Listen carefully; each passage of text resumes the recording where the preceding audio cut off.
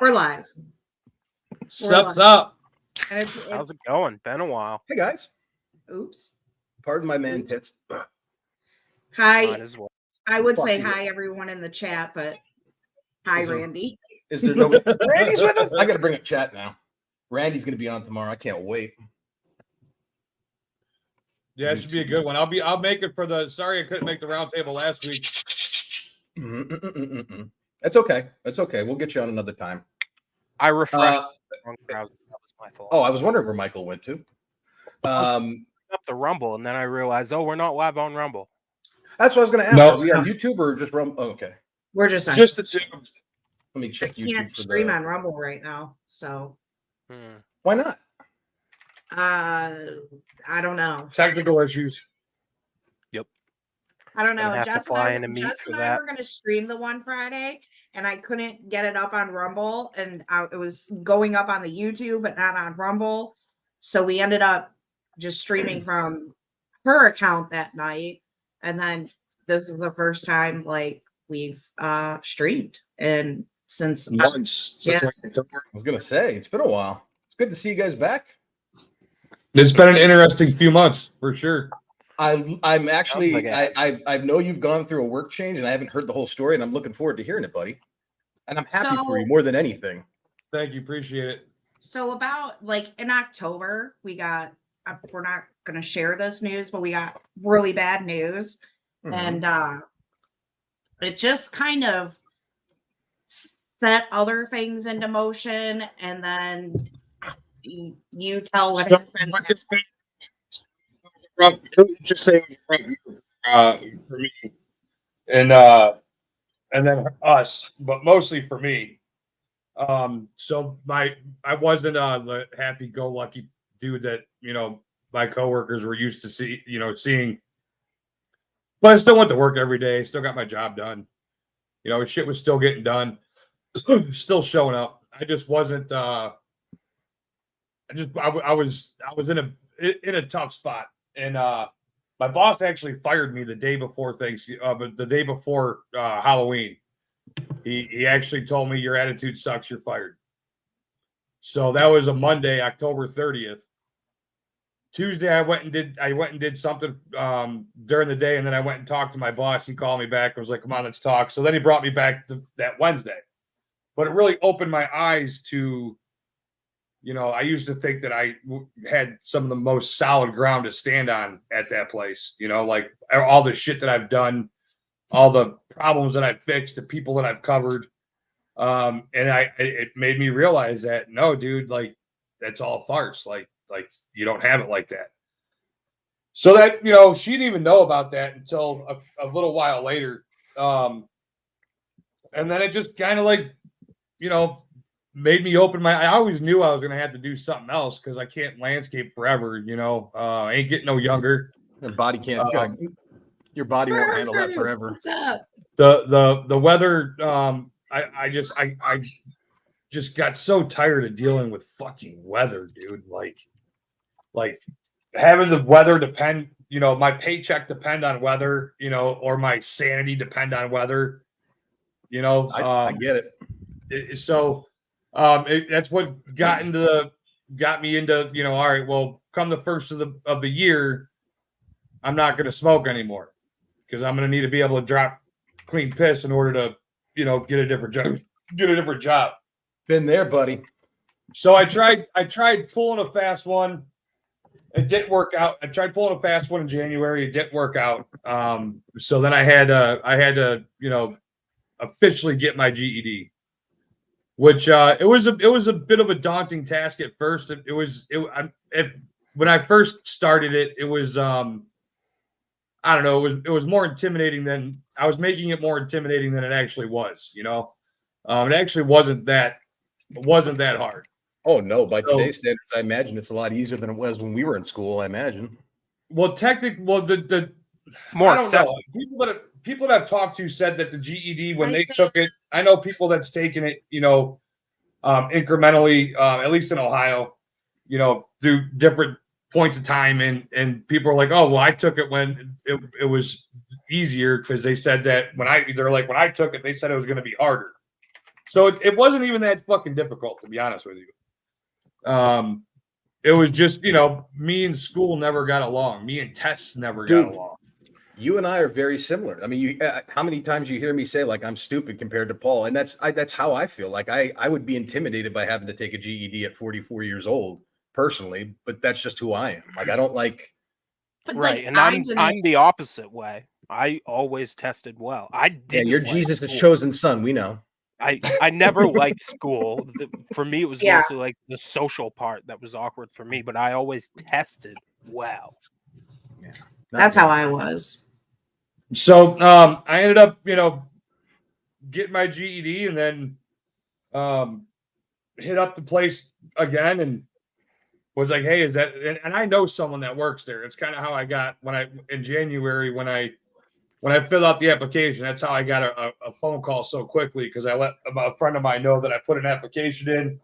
He talked to the supervisor of the CNC department, and my application got pushed to the top of the pile. Went in for an interview like 2 days after I filled out the application. Was confident that I could have dropped clean urine then, because it had been a few weeks since I, smoked. I couldn't get around and not having the GED. So I had to go up and go and do that. I took 4 tests in 3 weeks.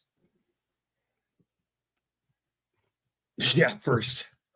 I took 4 tests in 3 weeks, and you have to get a 145 on each exam in order to pass. So I got the 3 of them, the language arts, social studies, and the science I did pretty good on. The math, I got a 147. So I barely passed that. But you know what? A fucking pass is a pass. What was like the That highest sucks. level of math you had to do on Algebra. the test? Okay, all right. I'd be terrible. I'd fail. I So didn't here's get the thing. algebra. Like I didn't study in the, like I got a giant book right here that I took out from the library. That actually needs to go back. It like that Yeah, those that was tops, like that was like what made it like, fuck, dude, like I'm not gonna be able to know all this shit. You know what I mean? And one of my biggest concerns was knowing the formulas for things, but at the testing center they had a formula sheet, like anything that you would need to They know should. what to figure out. You would have to do the arithmetic. Because in real life, you're always going to have that. In real life, you're always going to have a freaking calculator. Right. Yeah. Exactly. Or an Asian friend. There was 2 parts of the math said a test. The calculator. first part was only like 3 or 4 questions that you couldn't use a calculator on. The rest of it you could. So it wasn't nearly as bad as I thought it was going to be. And then I hit them up, and I wanted to get confirmation of getting the job before I told my employer anything. There was one dude at work that didn't know what was going on, but he wasn't going to say anything, and I knew that. That's just not his style. So wait, the landscaping guy did take you back. He wanted you back after that little.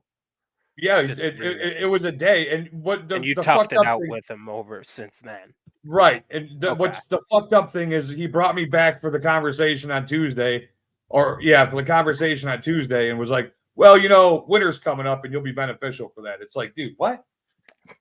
Like what? Dick. So and another thing is that it's probably like 3 years now.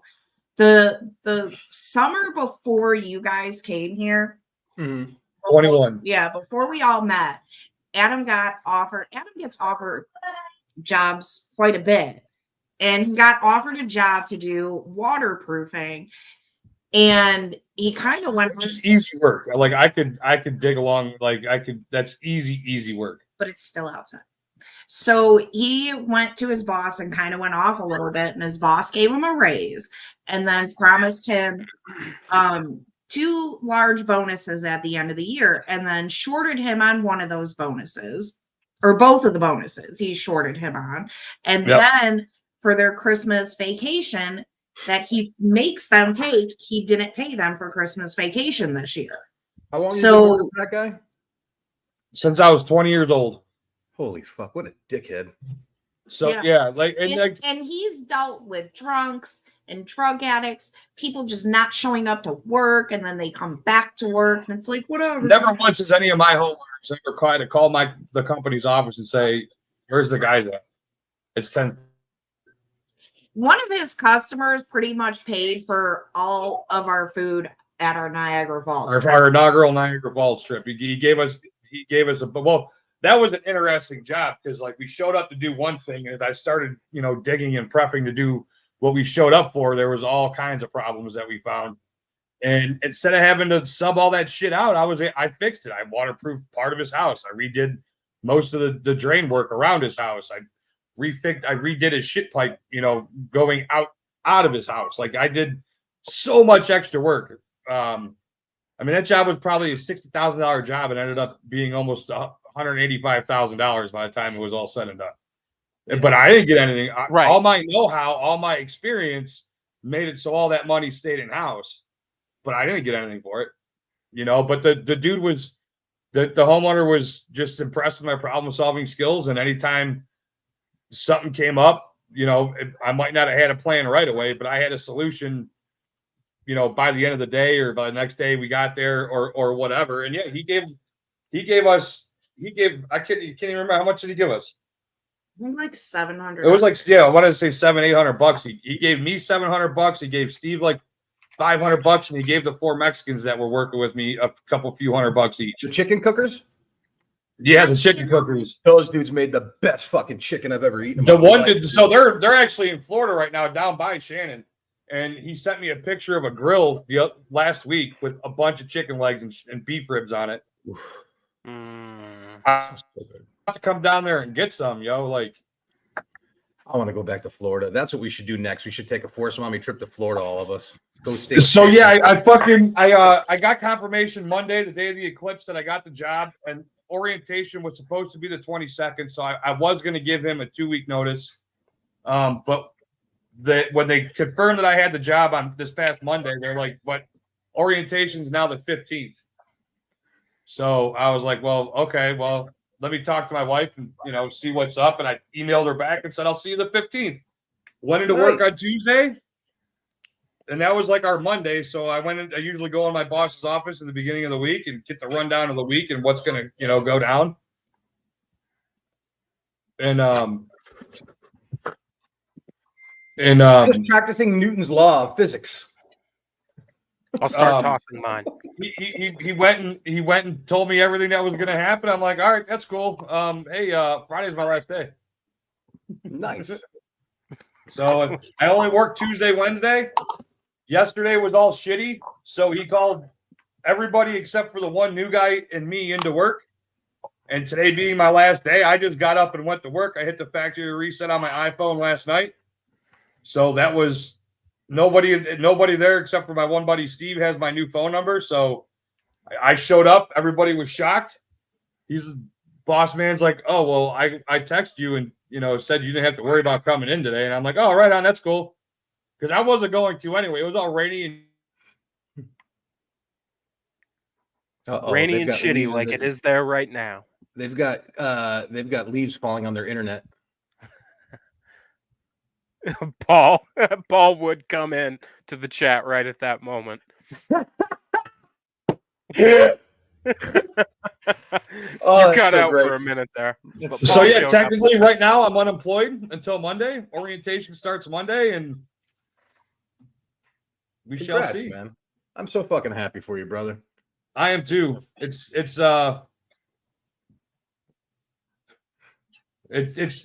new, it's different, but I'm excited for the change, I agree, man. I've got a change coming up in the fall with a new job myself, man, and I'm both nervous but also like truly excited to get the fuck out of my situation. So I'm happy for you. Duck asked to be on. You could. Yeah, don't you check Twitter or X, Paul? Don't you know Paul yet? This is who Paul is. Give him a link. Send that link. Send that fat fuck a link. He can just come in. Yeah, he's got that kind of a thing. That's what that little wrench on his name means. Guys, it's been a week since I smoked weed. So, funny story about the dude that ended up helping Adam get his foot in the door. It's actually my friend. When Adam and I were first dating, it was New Year's Eve, so we've been dating for about 6 months. And my friend's over and we're about to do a shot. And he's like, so you like really like this guy, huh? And I'm like, yeah, I love him. I want to marry him. He's like, be careful with that. And not in like a bad way, like he didn't like Adam. It was just be careful about getting married. It's a pretty serious decision. And he was like the only friend in our friend group that was like married with a kid at that point. So, and it's just funny that now he helped Adam get a job. I think it's funny. Uh-oh. Oh, great. Dun, dun, dun. Hey, before you say anything, Paul, just one question. Yes or no? Did mom like Fallout? Very much so. I'm No surprised. spoilers. I'm halfway through episode 2. There's a nuclear bomb that goes off and people are in a shelter. Get fucked, nerd. Oh, and you're gonna tell me they completely wrecked on New Vegas too? Never played I the already game? know they did. We only watched the first I've played episode. every man. game. Oh, okay. Yeah.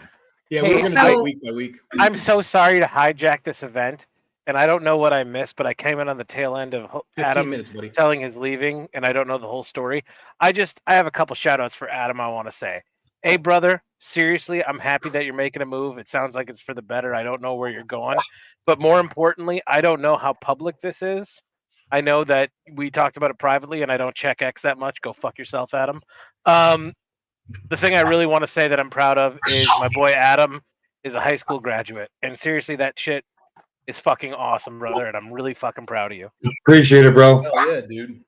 That's a big. And if it wasn't supposed to be public, I don't get fucked. I'm not sorry. No, it's all good now. Nothing. There's no need for secret. Like the only thing I was worried, especially well, even on here, the only thing I was worried about was my current employer finding out that I was planning on leaving. Because actually, to go back to the end of December, I mentioned it to one of the dudes that works for a supplier that we would go to. He asked like how work was going, how John was, and whatnot. And I was like, I don't know, man. This was after he fired me and everything, and brought me back. I'm like, I don't know, man. I kind of feel like my days are numbered here. You know, just some shit's happened, and I think I might, have to look for another job. Well, he went and fucking called my boss and told him that I said that. So my boss comes up to me and like, this dude's known me for more than 20 years, so he knows how I am. Like, if you want to have a conversation with me about something difficult, we can have a conversation about something difficult. But when you come up to me to bring up said topic, it would probably behoove you to not come up to me aggressively.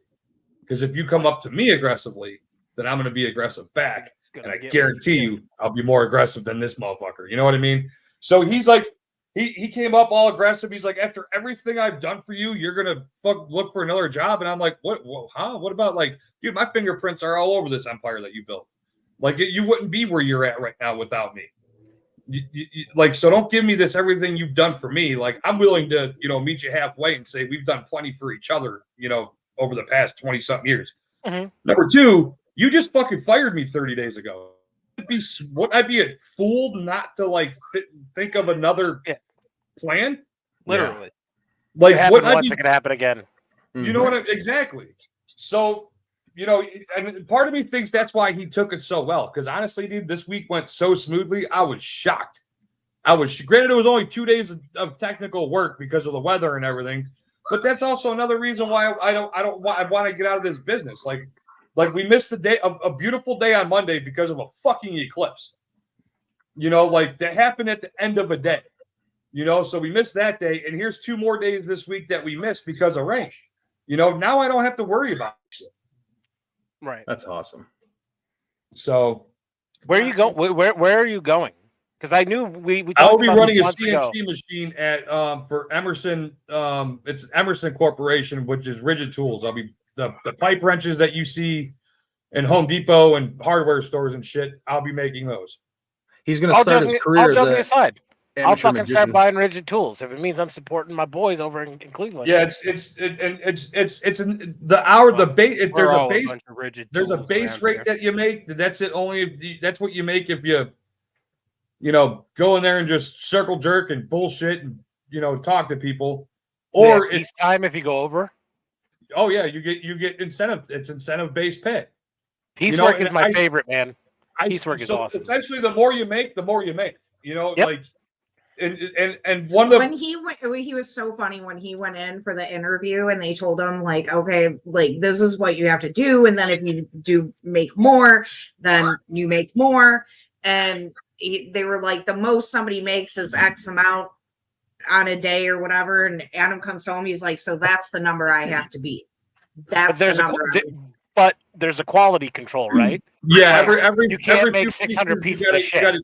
right, Right. every few pieces you got to calibrate it, and every piece that I make will have a number associated to me. So if something later on down the production line happens, it can get brought back to me if it was my overlook that caused whatever. Is your number Well, going to be 316? I no, it's if I could pick it, I'll ask for it. Did we all watch WrestleMania here? Yes. It Yeah. was so awesome. Mike, you fucking nerd. How dare you not watch WrestleMania? I used Can to I be so And, obsessed and- with and wrestling. you know too, as what? a kid. It's because of you guys that I even knew I could watch it. Because we Sweet is the had reason. Peacock. And Doug said something, and I'm like, I look at Adam, I'm like, wait, we have Peacock. We can watch WrestleMania. So yeah, like we got it on, and oh, it was so awesome, man. Like I miss watching wrestling. I wish I could get into wrestling the way I was, but it just Cody Same. Rhodes and CM Punk and Paul Heyman are fucking bringing it back for me. I would also say Triple H. I think He's a puppet master. Cody Rhodes, because I think Cody Rhodes, with that documentary that came out, so many people were just all about that story. It's such a pure heart wrestling story, Everybody loves his dad, and it's a Yeah, great continuation to and- that story. If you're a Dusty fan, dude, how great is this? This is what I thought about at the end of the WrestleMania. I'm like, the son of a plumber made good. And I just picture Dusty up in heaven, like giving like Jesus the old nod, Times like, that it, I'm now the father of a champion. You know what I mean? Son of a plumber, father of a champion. It was beautiful storytelling. I was pissed when he did it. Me and Doug were both pissed when he didn't win it last year. It made this year that much more sweet. To have to wait another year to see it. So yeah, much but better. that Did was you, all. did, That did was you all. see planned. there's a documentary coming out about everything behind the scenes of leading up to this WrestleMania? Oh, I can't wait to watch it. I think it actually And shout out to Roman Reigns, because I've never been a fan of his, but I just found out he's undergone leukemia for the last year and a half, and he's been getting like chemotherapy and shit like that. Still has his hair, good for him, and like bless it, because he played the bad guy to a T in this one. I'll give him. He's that. a hell of a heel, man. Dude. Yeah. Well, he was forced. Like the last 10 years, Vince McMahon, I know we're not supposed to say his name, but Vince I'll say McMahon wanted him to be the next Hulk Hogan, John Cena, and was just forcing it for the last 10 years. It wasn't until talking Paul about Heyman that. hooked up with him where he We really were came to talking about stride. that with how Cena dogged him years ago. I'm guessing it was Raw, but Cena dogged him like, you're supposed to be like the next big thing. Like, you're gonna have to learn how to use this thing. And he was, talking about the mic, like because Roman Reigns was horrible on the mic. And you're right, when they put Paul Heyman with him and had Paul Heyman start doing his talking, and all he had to do was stand there and say a couple things here and there, a la Andre the Giant, type shit. He took off. I don't care what people think of Paul Heyman. I think he's hilarious, and I think he's It's great. fucking great. But he's a thing. great fucking actor, because he's totally not the douchebag that his character. Right. You Like know, when you see him in documentaries, Everybody and loves stuff, Paul Heyman. it's crazy how If you haven't seen My Name is Paul Heyman, that documentary, while you have Peacock, watch it. No, I've always been a Paul Heyman guy. Ever since I was 9 years old. No, 11, we moved to Florida, and we got the Sunshine Network. And every Saturday at 1 a.m., ECW, which was Eastern Championship Wrestling at the time, would air on Sunshine Network. And it was so fucking good. And then it merged into ECW. I have not watched a wrestling event in a long time. Paul and I talk about wrestling on the show quite a bit, but I haven't sat down and watched a WWE event. And I've said it before, like it's just the more modern product has never really interested me. I don't like the gimmicks. I don't like the costumes. I really didn't have an interest in any of the wrestlers. Cody Rhodes started making his way back, and that kind of got me interested in what was going to happen with that story. But it was Sweeze that really started talking up WrestleMania to Paul and me, to where I said, fuck it. Both last Sunday, Paul and I sat down, we live tweeted WrestleMania. That's the first live event I've watched all 4 hours and was captivated by it. And I think I told Paul at the end of it, I'm like, I feel like it's the Attitude Era again. I feel like a kid again watching this shit. It's so good. And Oh, dude, when that gong hit, Backlash. when that gong hit and the lights went out, dude, I fucking was Undertaker. laying down watching. That it, and was when that- supposed to be Steve Austin. Nobody will tell me it wasn't. No, That it was a was. Steve Austin fall through. It actually came out that it was. But yeah, that fucking hit, dude, I stood straight up. I'm like, are you kidding me? Like, are you He fucking was so excited. are you I was kidding me so right now? excited. And then I'm like crying when Cody won. But the coolest part is Scar came downstairs towards the end of that match, and she's like, "I'm starting to see why you guys love wrestling so much." Fucking great. And that was It's so modern soap. cool. And then what was even funnier is she thought we were watching an old match because that's all we ever watch. When we watch wrestling, Quiet, Sharon. we're always either watching a documentary or we're just watching old wrestling matches. So that's what she's used to us watching. So, and then I was like, that was live. Like, no, that just happened. She's like, that was live. And then, yeah, I told her the whole story of Cody Rhodes and stuff, and he liked it. And what I like that Cody said, somebody asked him, why do you think that your story has resonated with the fans so much? And he said, because it's real.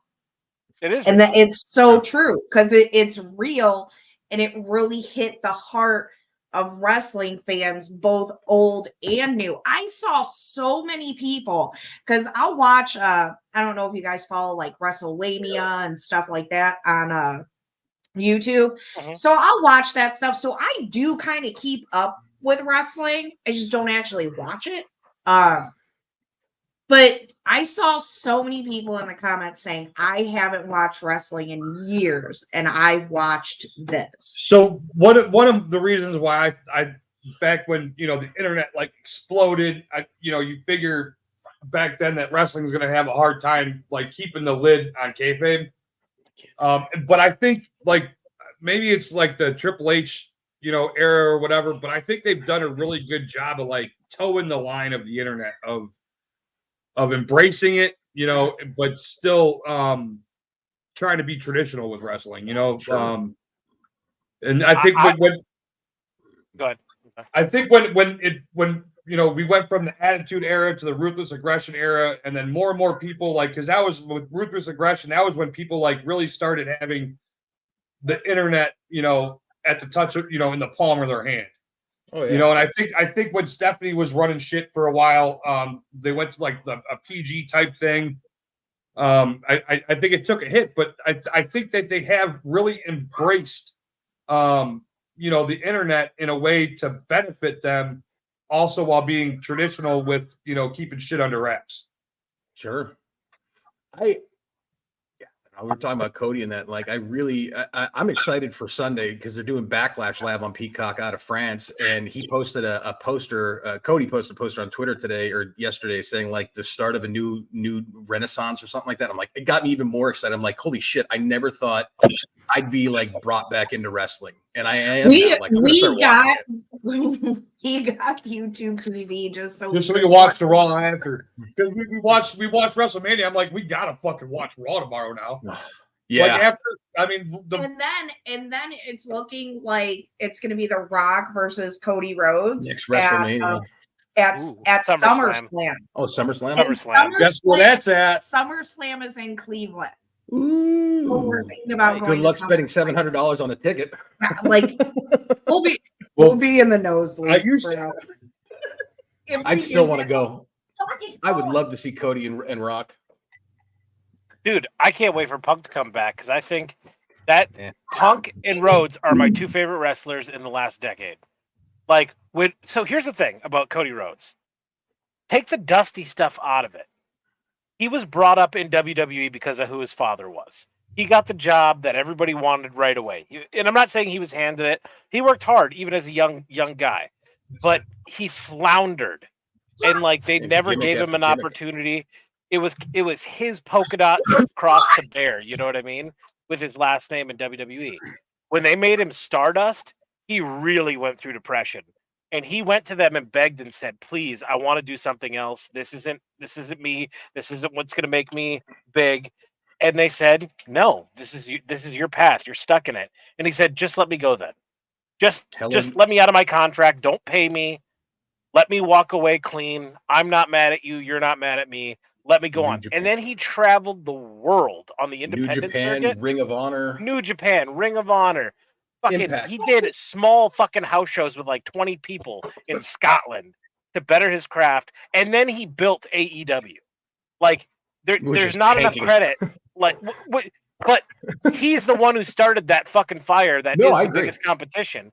And when he saw the bullshit going down, and he was like, "Guys, this isn't what we built this for. It's not supposed to be the high school bullshit. We're better than everybody. It's supposed to be the best product." He left. And then CM Punk came in, and that company was riding on CM Punk's coattails for a year and a half until their executive vice presidents couldn't get along with CM Punk, and he fucking left in spectacular fashion. Has everybody been following the AEW, what they did this week? It's going to be in the reels tomorrow. I saw The some. video of CM Punk back doing in a backstage. They call So- it brawl. But it was like a shoving match. I will give it the 1 minute explanation. 2 years ago, CM Punk got injured in a championship match the night he won the championship. They did the after-hour press scrum, and he just unloaded on his real opinions of the EVPs, Cody's friends that he started the company with. And that turned into a backstage Young brawl Bucks. 2 years ago, the Young Bucks and Kenny Omega. That almost tanked the company then. And what they did was, well, we can't get rid of CM Punk because he's our biggest moneymaker, and we can't get rid of our EVPs because they're EVPs, and we'll have to pay out the ass to get rid of them. So what we'll do is we'll create another show, and CM Punk will be on that show, like Raw and SmackDown, and they just won't talk to each other. Because that's how you solve a workplace dispute. You just create two new workspaces where one can't go into the other and the other can't go into. Well, as it goes on, CM Punk basically runs his show, and it's the way more popular show. Jack Perry, who's Luke Perry's son, is named Jungle Boy. He's a wrestler. And He's about black. 8 months ago, he's white. And about 8 months ago, he wanted to. He had bought a rental car, and he wanted to smash somebody through the glass on TV. And all the executives on that show were like, "Don't do it." He's like, "I'm fucking doing it." The executives went to Punk, and they're like, "Punk, you're the locker room leader. Can you please talk Jungle Boy out of this?" So he went to Jungle Boy and he said, "Hey, listen, dipshit. We don't do that shit. Because, and let me tell you why. Not just we don't do that shit. Let me tell you why we don't do that shit. Because all of us fly to every city every fucking night, and we all rent cars from Hertz, Avis, and every fucking rental car company. And if you shatter the windshield of an Avis rent-a-car on television, you know what they're going to say? Stop fucking renting cars to wrestlers. Yeah. Don't fucking do it." He said, "I get it. You think it's going to look cool and it's going to make the internet fans really happy." Cocaine and beer cans were left in it. Yeah. Now, Yeah. You shatter the glass, it's a little bit fucking different. You can't wipe that off with a greasy rag. And so Jungle Boy's like, I see your point. All in London, which is their biggest show they ever did. CM Punk headlines it. Jack Perry goes off the reservation. This is weeks after that conversation. Put somebody through a fucking rental car window on the pay-per-view. Right before CM Punk's match. CM Punk beats Jungle Boy Perry's ass in the back. As soon as he gets done beating his ass, walks out on stage and delivers an instant classic with Samoa Joe. Literally, it's one of the best wrestling matches AEW's ever fucking produced. Right afterwards, they fire CM Punk for beating Jack Perry's ass. CM Punk told the world, here's what happened. Told that story I just told you, said, then I went to him. I said, why the fuck did you do that? He cocked off to me and he said, what are you going to do about it? So I beat his ass. AEW, being all pissed off that he did this interview before WrestleMania saying this, said, we'll show CM Punk. We're going to release the footage to show who the real monster was. Then they showed the footage, and it went down exactly as CM Punk said. And everybody's like, you're fucking retarded, AEW. Like, Yeah, you think they- we were going to be mad that he beat his ass after he told us he beat his ass? And my man, tagline That is was 1 their minute. best fighter in their locker room from last night's show can be seen on WWE television every week. Yeah. I saw WrestleMania, I think it was, said I'll be right back. AEW is trying to delete these tweets and delete videos. DMCA or something. takedowns. Yeah, if you Yeah. play the footage, if you played the footage right now, they would DMCA your stream, even though you're a small stream. They'd take you down.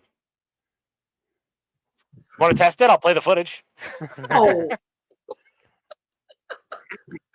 Don't do that. Let's let, yeah. So one of the we even watched the post WrestleMania pressers, and I don't remember the question that was asked to Cody Right, Rhodes, yeah. but they asked him something about something about like family or like his upbringing or whatever, and or his dad, and he said something about, he was like, I was pissed, growing up and going through all this. It was tough. He's like, I mean, my brother's 6'5". He's like, that pissed me off. Yeah. And Cody won the state championship when he was in high school, but he was always a little guy. If you watched the Cody Rhodes documentary, Alice, We did. We Yeah. actually thought about watching it again. Yeah. Did you get to the part where he was like, when my dad was down on his luck and nobody would hire him, one man came to give him a paycheck? Paul and Heyman. that was Paul Heyman. It shows up in the reels. Which is crazy because And then wait. Did in the after presser, he had on a watch and it was from Triple H and Paul His dad's watch, I think, right? no Pritchard. All of- Pritchard. Bruce Pritchard. Gave him the same kind of watch that his dad sold so that he could pay for Pay Cody for to the- go to acting school. I was fine. I didn't No. cry. I'm not I cried crying. during that and the Bray Wyatt documentary. They were both sad. I haven't. We started to watch the Bray Wyatt, and I'm like, it's so crazy because I've only seen like some of his stuff and some of his matches, but it's like, I'm like, man, I just know I'm gonna cry so hard watching Mhm. this. You know, I do. I get so choked up watching wrestling stuff. there's another show on Peacock, WWE show that I just discovered myself, and I watched an episode out of season, which I don't think it matters, but it's called WWE Rivalries or Rivals. Yes, And it yes. examines all these different rivals, and I watched one where it was Edge and Christian, the Hardy Boys, and the Dudley Boys, and their whole TLC, how that all came together. Two things. One, I had no idea Freddie Prinze Jr. was a writer for the WWE. Didn't know. Right? Isn't that crazy? Tony Didn't know it at Hinchcliffe was all. too. Tony Hinchcliffe was too. No, Tony Hinchcliffe wasn't. He was offered the job, but he turned it down because he didn't want to move to was it Cincinnati or wherever the hell. the He headquarters interned are. for 2 weeks. He did it for 2 weeks. Like he interned for Um, 2 weeks when getting picked up. But the other thing I learned from that is I really forgot how much I loved watching the Hardy Boys dive off shit. Like, God damn yeah. it. It was And- so fun. You know, I was always an I- Edge and Christian guy. Oh, I was too, but I rewatching it now with different perspective and older eyes, like the shit that those and how old they were when they came in and the stuff that they were doing was just mind blowing to me, to the point where like they show up in the reels tomorrow too. I don't know this. Was it Jeff Hardy or Matt Hardy that had the substance abuse problem? Jeff. Both, Jeff. but Jeff is way more Yeah. notorious. Well, Matt is now married. I follow his Instagram. He's married to a woman like 30 years younger than him, has like 3 Big old kids, just titties. gorgeous, big tits, goth chick. But Jeff apparently, and he's going to show up in the reels tomorrow with it. But spoiler, he's got a music career now, and it's about as Corey Feldman-esque as you can get, man. Like it's wild to watch that son of a bitch try and sing. Never was a Jeff fan. Never When I was into it, the cruiserweights and the smaller guys were always my thing, just so you could see all the high. Thank you, flying. Paul Heyman. Say thank you, Paul Heyman. Yeah. Paul It- Heyman's it the one who was- brought yeah. cruiserweights Like- to America. Rey Mysterio, What's a fucking cruiserweight? Paul London, and Brian Kendrick. The I smaller was guys. always more of a SmackDown guy for some reason. I Oh, think that's it right. was just You had it was options the growing up. kayfabe of it too. We had real options, WWF or WCW. Shitty options, and for me, when ECW came back, it was a far shadow from the original thing. but it was Correct. Still cool to Yeah, watch. Vince herself for sure. None of Um, those guys are still doing it, right? Like Sabu's not still around. The Sandman. Well, they Yeah, are. I They're learned- just wrestling in bingo halls and high school gyms for like 20 Okay. people. Because I know Tommy Dreamer does a podcast on the Gas Network. Hey, Yeah, man. if you two are in Egg Harbor, New Jersey this weekend, and you want to go down to the Riley High School Civic Center, you can watch Sabu and Sandman perform. Are you guys going to the midget wrestling event that Doug? That was like a week or two ago, and we didn't go. But my buddy that from work went and was showing me photos. I want to go to the next one. It looks so much fun, dude. I would rather go to regular people wrestling. I'd go to either. You're a moron, dude. To be I'm entertained by professional. dwarves in costumes, you're a fool. It's a gimmick, brother. Yeah, wrestling's a gimmick, stupid. At one of those types of shows. You what? I met King Kong Bundy at one of those types of shows, small wrestling shows. And then there was a fake Stone Cold. And dude, he looks so much like Stone Cold. Like, I will show people the picture and they think it's Stone Cold. Do they not? Yep. You've seen it. And I was just like, I could barely freaking talk. He Yeah. wasn't even real. I went to it once in Bangor when I was a kid, and I got to meet the Undertaker, and I was speechless. Paul and I went Mark to Cal. My countless. brother Yeah. used to meet a lot of them, and they would come to my parents' store at night because the Coliseum, the Richfield Coliseum that used to be here, was by my parents' store. So yeah, like my brother, if he wasn't going to the match, he would want to work at night that night so that he could meet wrestlers. And yeah, like Mr. Perfect came in, Bret Paul's favorite Hart, wrestler. I love Kurt Hennig. Jake the Snake. Yeah, they come in and yeah. Owen Hart never came in though. You know why? He was He dead. wasn't a nugget. No, he wasn't dead. When my parents owned the store, Oh, He died You in got to meet 99. King Kong Bundy. That's a pretty great brag. I wish I would have got to meet him and Vader. I would have loved to. he Have was, met. he was super, super nice, but I gotta say, it was sad. Like, Owen's he- the one who he- fell from the wires, right? He looked Yeah. sad. Like, So, Like, I you've just came been at it across too the- long, and I came across a reel of Roddy Piper, Sting, and Bobby Heenan on a show that was hosted by Bill Maher. oh yeah, And yeah, Bill Maher was politically talking incorrect. shit about how fake it is, and Roddy pulled Piper his got up, pants Pulled his pants down. Oh yeah. pulled his pants down. He's like, "That's a fake hip. That's a broken wrist." He's like, "Tell Owen Hart's mother that this shit is fake." Bill Maher's a fucking dickhead. that was a great show, though. Politically incorrect. It was just It was cool a to great see, show like because he all wasn't- those different people coming together and talking like so much. It's still on HBO. It's just not called Politically Incorrect. It's called something with Bill Maher.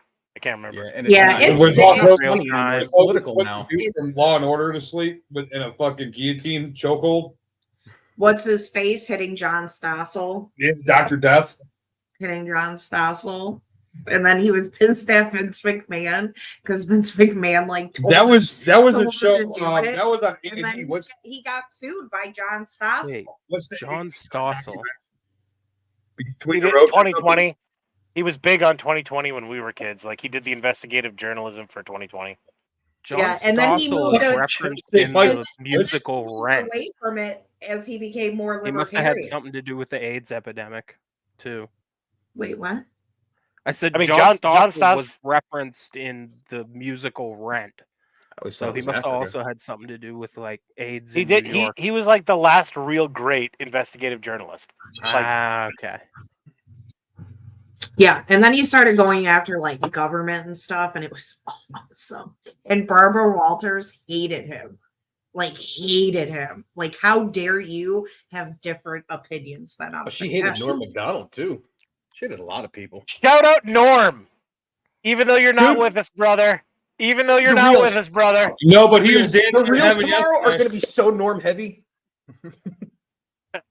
As that juice I would was like to being poured. picture. I'd like to picture when OJ went to St. Peter at the gate to see if his name was written in the book. I'd like to picture Norm there, like, "Hey, OJ. Hey, some bad news for you, brother. This book name's not in it." Going down. Norm pulls a lever. Hang on, Fuck I it, I'm gotta smoking. send I Stoner can't handle away. this. It's been a week. Till St. Stoner's coming on. No, No, he I can't am. get- He can't get to the. I'm weak. He, Yeah, couldn't I didn't find know the- that either, Randy. I didn't realize he had cancer or anything. OJ, Fuck what do you O.J. mean, Simpson. Randy? OJ's been sick since '94. Caitlyn Jenner's tweet was my favorite that said good riddance, hashtag OJ Simpson. Then somebody tagged us like, didn't you kill somebody with your car? Oh, so great. Accurate. No, that was Bruce Jenner. Well, she also killed And Bruce. in the state of California, that is gospel. I want to say it was Fred Sanford posted a picture of OJ What and up, Stone? Jessica Brown Simpson on their wedding night dancing, and it just had "Would you know my name?" and like the caption, "Would you know my name?" And I literally wanted to reply. I literally wanted to reply back. That's so messed up that you think Jessica Simpson went to fucking hell. You didn't see Michael Grayson. All right, go on. Doug's face is turning red. Man, he's getting big. And what's up with that tooth Dude, up I front? picked him up. Dude, he's like Yeah, he lost the tooth.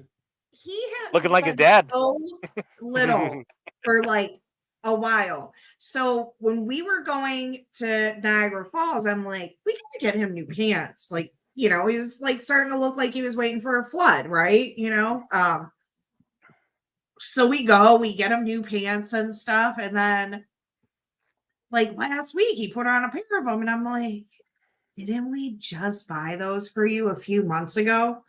Then his shoes, he's like, my shoes are too tight. And I noticed when I was helping him get him on the one day. And then I tell Adam, I'm like, you got to take him to Walmart to get him a new pair of shoes. I'm I'm 2 like- sizes bigger than what he is. He was, but I asked him like a month ago or 6 weeks ago. I'm like, dude, are your shoes too small? Like, are you still fitting in them good? He put them on. He's jumping around. He's like, no, they're fine. I'm like, all right, man. Just because your feet look when they're out of your shoes, your feet look like they're too big for those shoes. And then he was running around outside the other day, and I'm like, I could totally tell the way he was walking, the way he was running. Like, yeah, dude, your shoes aren't fitting you right. He has just grown so much in just the, So, yeah, the past few I took him to months. Walmart yesterday and got him a pair of 2 size. He was in a 10. I got him a 12. He fit all right in the 11, but I'm like, dude, we're gonna be here in another 2 months getting you new fucking shoes. So I got him a size bigger. It's fortuitous that Stoner shows up. Let me unblock Randy's last comment so everybody can see it on this great, wonderful, free speech, great platform that is YouTube. Liar. Oh, God. I'm not seeing anything. It says Doug shit his pants. Oh, Oh. I might have. Which got blocked by YouTube. Whew. That was a I hell mean, of a cough. shitting is a natural thing of life. YouTube. Jeez. Oh, well, when you're on Fiber and Zin, it's a fucking every 5 Yeah. fucking minutes. It feels like. That's a good You call. know what else is a natural thing of life? remember Killing the good Palestinians, shits. but we can't talk about that either. Can we talk about Civil War? We got to wait for that tomorrow night because that movie sucked, dude. Did you watch Oh, it? is the Civil War Yeah. finally kicking off tomorrow? No, the I movie watched Civil War came the out. movie Civil War. Isn't it? I in obviously theaters? released my opinion. Shout out Jack Posobiec. I got retweeted by Jack Posobiec. That fucking tweet blew Who's the that? fuck up. Oh, He's like I one of wanna the big see that. Republican talking heads. That would actually. I saw the trailer for that, Oh. and that would actually like be a decent. Like they could probably make an awesome show out of that. Trailer Don't looked good. go movie wasn't. into it excited. Yeah, it's not good. It's convoluted Don't- as fuck. Don't go into it with high expectations. Here, I'll tell you what. Go in thinking it's going to be dog shit, Adam, and you're not going to leave disappointed. It's a good general Really? rule. You know what we watched recently was Jury Duty. I don't know if you guys have heard of that show. I've but- heard of it. Pauly Shore. No, No, it's a it's a show on show. Freebie. That is probably one of the funniest and most wholesome freaking shows I have watched that's new in a long time. It was pretty good, and it's a quick watch. You can get through it in an afternoon. It's like 8 episodes, like they're like 20-25 minutes long. Nice. It's a really cool show. It's documentary format kind of about everybody in the show except for one dude is an actor. James Marsden is in it. Do you guys know who James Oh, Marsden James is? Marsden. Yeah, Yep. he played Cyclops in Westworld. X-Men and X-Men 2. Yes, yes. yes. Well, So he plays A very douchey version of himself. James Marsden wrote a letter to the judge telling I him to go know. light on I to go know. light on Pickle Boy. yeah. Yeah. I That told kid you about fucker. that. I was joking. We were joking Holy about shit. Who? that. Like um, he and That so shit hit me hard. it's I got a just follow up it's question after. it's just very funny, and then the end you're just like, okay, that was like really fucking wholesome. What the fuck? And I thought it was a cool way to take a new spin on, because there's a lot of modern television that is reality shows, you know, there's some kind of reality show, and they just kind of took this different spin on it, and it's just insane watching this dude has no idea it's like all fake.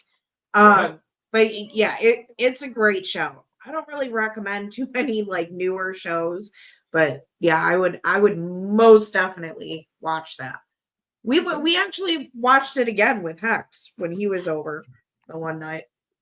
So you watched the first episode, Paul and Doug. A Fallout. Fallout? Yes. So did my Who mom. is- You want me to call her to get her in on this? Oh man, Sure. that'd be awesome. Mom would love to Who be on is this. the Rich Megan. Who's the guy who played like the birthday actor, the birthday actor. cowboy? Oh, that's Walton Oh, Goggins. Walter Goggins. The Ghoul. He What plays do the I Ghoul. know him from? Sons of Anarchy. Okay. Shield, Shield. Django Yep. Unchained, Justified. Hateful Eight, like Okay. everything. Justified. Seen yeah. all of those except Justified. Yep. What? Do He yourself looks a real favor. familiar. Do yourself a favor. I was late to the Justified game. It's in my top became 3 Paul's shows of all favorite show. time. It's in my I top think 3 Adam favorite needs shows of to all watch time. that. I think With Adam Paul needs to So watch that. fucking good. Stoner, Paul, you so can good. What about actually. The Wire? I hear about that a lot too. Fantastic. Are you retarded? You haven't seen The Wire? Okay, my top 3. Here's my top 3: The You Wire, retarded. Sopranos, and Justified. I've never seen. That's any of literally those. my top 3. No. Like, I get not Beating seeing The Wire. Justified. Like, I'm not gonna crack on you for that. But The Wire, man, stop what you're doing and watch The Wire first. You know what's fun though? It's like What about Justified. Shogun? Shogun any good? Stoner, you can watch zero Jury desire to watch Duty it. on. I've heard it's Freevee. wonderful Okay. though. It's not on. It's free. I don't know if I'm you a have sucker for those Freevee historic type downloaded, ones. but it's on. They say there. it's really good. It's just not my Everybody cup of watching tea. this show, you can watch whatever you want for free on the internet. Ever. He's right. Anything. Literally anything. You name You're it. kind of watching The most something for free obscure right B now. movie. Yeah, the most obscure B movie from 1982. That's free on the internet somewhere. Have ambition, you fags. I'm sorry, I didn't mean that. Well, by that he means you're all a bundle of sticks. Pack of fags? No, it's a cigarette, mate. You're a cigarette fag. My brother, I say this is a term of endearment. My brother is one of the laziest people I've ever met. He taught me how to watch free on the internet. First of all, Oh yeah. that is so not true. You know that I have a fucking work ethic that's not lazy, so don't say You that no, shit. I'm not saying lazy in a work aspect. Okay. Out of your day, measured in minutes, how many are spent sitting on the couch, playing video games, watching TV, or smoking weed? 2 hours, maybe 3. 525,000. During the That's week, 2 hours, maybe 3. Oh, during the week. On a weekend. Not well. Sunday's about the only day I actually do that. Saturday, I'm either walking or doing show prep, like doing the reels and No, stuff. I'm not like saying that. you're So lazy in a work aspect. I'm just saying, like, you don't put a lot of Sorry, effort that's into easy. anything other than work. And working out. I'll give you working out too. Why don't you go on with your thought? Because I'm done listening to that nonsense. See, I wasn't saying it's a bad thing. What I'm just saying is, like, you wouldn't expect Doug to It be the just one to didn't figure come out out how to great. find whatever you want on the Doug's internet. lazy, but let me tell you, Actually, I kind of would. Kind of would what? I would expect Doug to find out how you can watch stuff for free. There is shit where Doug is like the mad scientist and like I research shit. That's how I know how to. Oh, never mind. I Same. caught myself. I was And gonna say I don't something. think you're lazy, Doug. You get up and take those walks every morning and Yeah, stuff. 26,000 steps at work. You go to 26,000 steps for fun. Yeah, but it's Yeah. more of a punishment. That Oh, that's another awesome thing about Adam's job. They have a gym. That is awesome. Take advantage. that will never get So used. I never mind. We'll wait for that story. That's for where they later. test the wrenches. You okay there? I'll go see how heavy things are. Adam gets hired at this job. I'll He pull like a starts Bobby hanging out at the Kelly. gym. Finds out there's a whole bunch of dudes that do steroids. 3 weeks from now, like Adam comes all jacked, like with muscles coming out of his neck. Looks And like the shit, Rock I'm like, now. ugh. Yeah, but I ain't gonna need the tattoos. Think about how jacked anybody who worked at a manufacturing plant would be if they just did steroids. If that was the only thing they changed about their life was just inject steroids in their ass every day before they started pouring like hot Like Liver molten metal King? into molds, fucking operating burning hot CNC machines every day, lifting heavy fucking parts. Very no. athletic. So What do they really how far's do? Family Dollar is the question. Go I'll tell home, you. drink a six And they pack of come and beer go? with your wife and kids, go to bed, wake up, do it all over 4-liter again. girls on the way home. Yeah. Walking's good for So, you. I Any told- exercise. Yeah, it told is. Adam the other day, speaking of curls, We So- evolved to walk and run. my shoulder was really bothering me and my arm, and I was gonna have a few beers. And Too then many I hand texted him- jibbers? I I've been I there. told him I was like, I didn't decided not to drink any beers because I didn't want to hurt myself doing those 16-ounce curls. And I just thought I was the fucking person in the world with that. 12-ounce girls this evening. There I you did go. want Drink 16. responsibly. So, Shane Gillis making it cool again. Drink it responsibly. so we haven't had. I mentioned this to Alice. Alice and I talked before the show, and there was one thing for sure. I was like, I'll just bring this up later. So I haven't had a fully functioning toilet or a fully reliable toilet for months. But for the past 2 So he weeks, just wanted it's to- been completely non-functional. Yeah. Fucking plumbers in every day. I hate to cut you Well, off, Michael. First I'm you having a gotta tough wait. time hearing you. Hold on. Here, I'll mute Adam and Alice. That'll solve the It could problem. also be because I had No, it's No, we Adam gotta talking to work on it. Grayson in the There was Adam background. in the background. He was Okay. talking over you. It was hard to hear what you were saying. I Start at the beginning. haven't had a fully functioning toilet, like a reliable toilet, for months. All right, put Adam back on.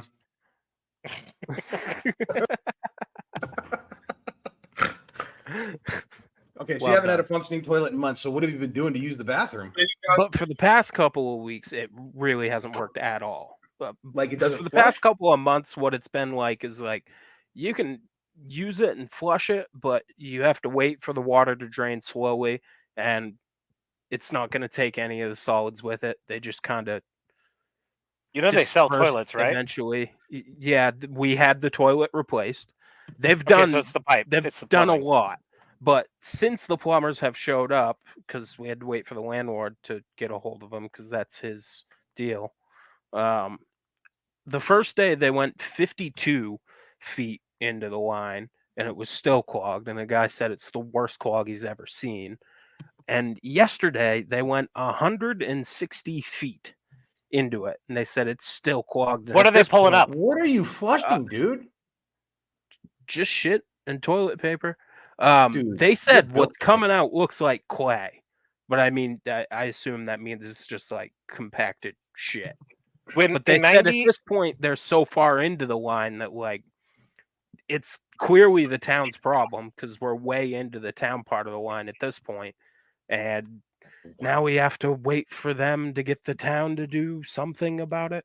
But our landlord did get a hold of us today and just without even asking gave us back like a month's worth of rent. that's nice, awesome. dude. So that was nice. That is fucking awesome. Wow. Well, you talk too fucking much, Sharon. Hold on, Stoner's And chat what got have I- blocked. Stoner's have I chat got been- blocked. Let me unblock that. The shitter is The full. shitter's full. And No, what have just I shit been and toilet doing to paper. shit? Normally, I'll take my first poop at work. I'll just go in like 15 minutes early or whatever. And other than that, I've been running over to my. Scar, is there cold beer in there? Oh man, I'm so sorry, Michael. I don't know what I would do in that. I shit at least 8 times before I go to work in the morning, man. I don't know what the hell I do. Look and touch my beard. So in 98 or Usually take a good 99, 10-minute shit in the morning. So yeah, I hear you.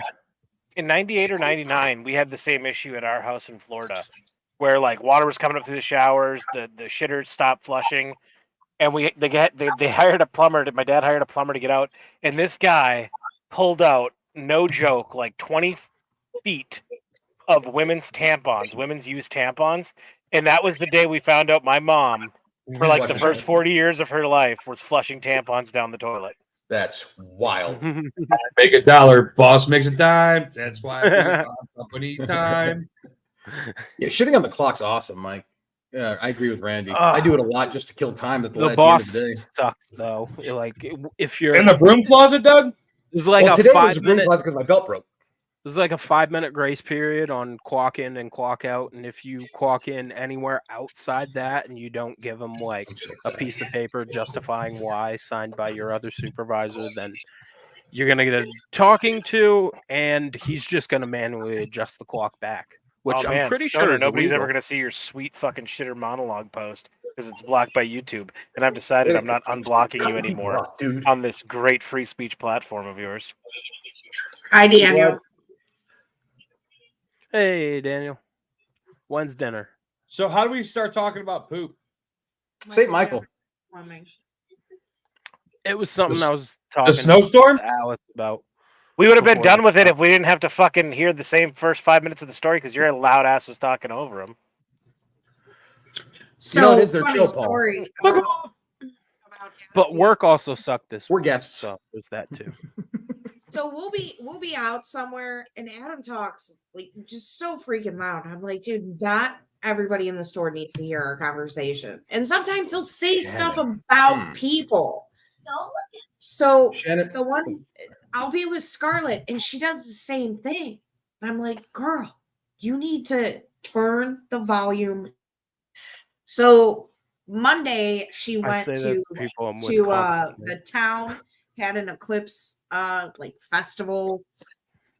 So her and her friend went, and Scar's talking, and her friend was like, your volume has like no adjusting, does it? Like, no, I'm just like, Doug, my you got dad. blocked. for what? Pregnant porn is my mom's jam. Pregnant? No, I said pregnant mom porn is my jam. What the fuck? Why Okay, would you that got block blocked. I didn't block it. YouTube blocked it. I'm not saying Doug's you. like, I'm look saying at what that, the fuck what I you- said, what the fuck YouTube? I didn't say No, you. he's forced Jesus me. Christ, stop being a bitch. I thought you said, what the fuck did you block it for? YouTube, you. So Common did mistake, you my bad. guys happen to see I thought I lost him, but I found him. the videos and whatnot of my baby at the shooting range with I did. I'm very proud of her. So the first don't think I did. round she put down range was through Hex's old Henry rifle. That's another word for something. And she was the way I gave her a quick version. Hex only one round. So the way she was holding it was all jacked up. It was like I told her to hold it, but I just, all right, you go put this one down range. Get a feel for the trigger, get a feel for, the recoil, high into the left. So the one that I put in our Knights chat with the 5 rounds, 4 through the red and the one just outside, that was her next 5 rounds. After she actually held it the right way, and then man, she with Hex's 38 revolver, she was pulling that hammer back, trigger finger coming off the trigger, pulling the hammer back. She put every round after that first round, every round she put down range was on target. I think it's awesome that we learned tonight that your daughter is a crack shot with a candy bar. So I put 2 rounds. I put 2 rounds of my pistol, and I got a compact pistol. I put 2 rounds of my 9mm, and she went to go. She put the first one down range, and the look on her face was hilarious. Like it was all slow motion, like through my eyes, standing right behind her. She had good form with it. Boom. Proudest moment of his life. And then she took her finger off the trigger, put it on the slide, and like slowly put the pistol down and turned around and looked at me like, oh shit, that was like boom. I am Holding an become explosion in your Jack. hands. Destroyer of worlds. That's exactly what it is. But yeah, she was, dude, it was a very proud dad moment for me. I might have a different appreciation for guns had my dad been more like you. My dad took me out to behind our cousin's camp the first time he had me shoot a gun. And I remember like I was afraid to shoot it. And he just started screaming at me. Kind of like when he tried to teach me how to drive stick. He just started screaming at me when I stalled out in the middle of the road.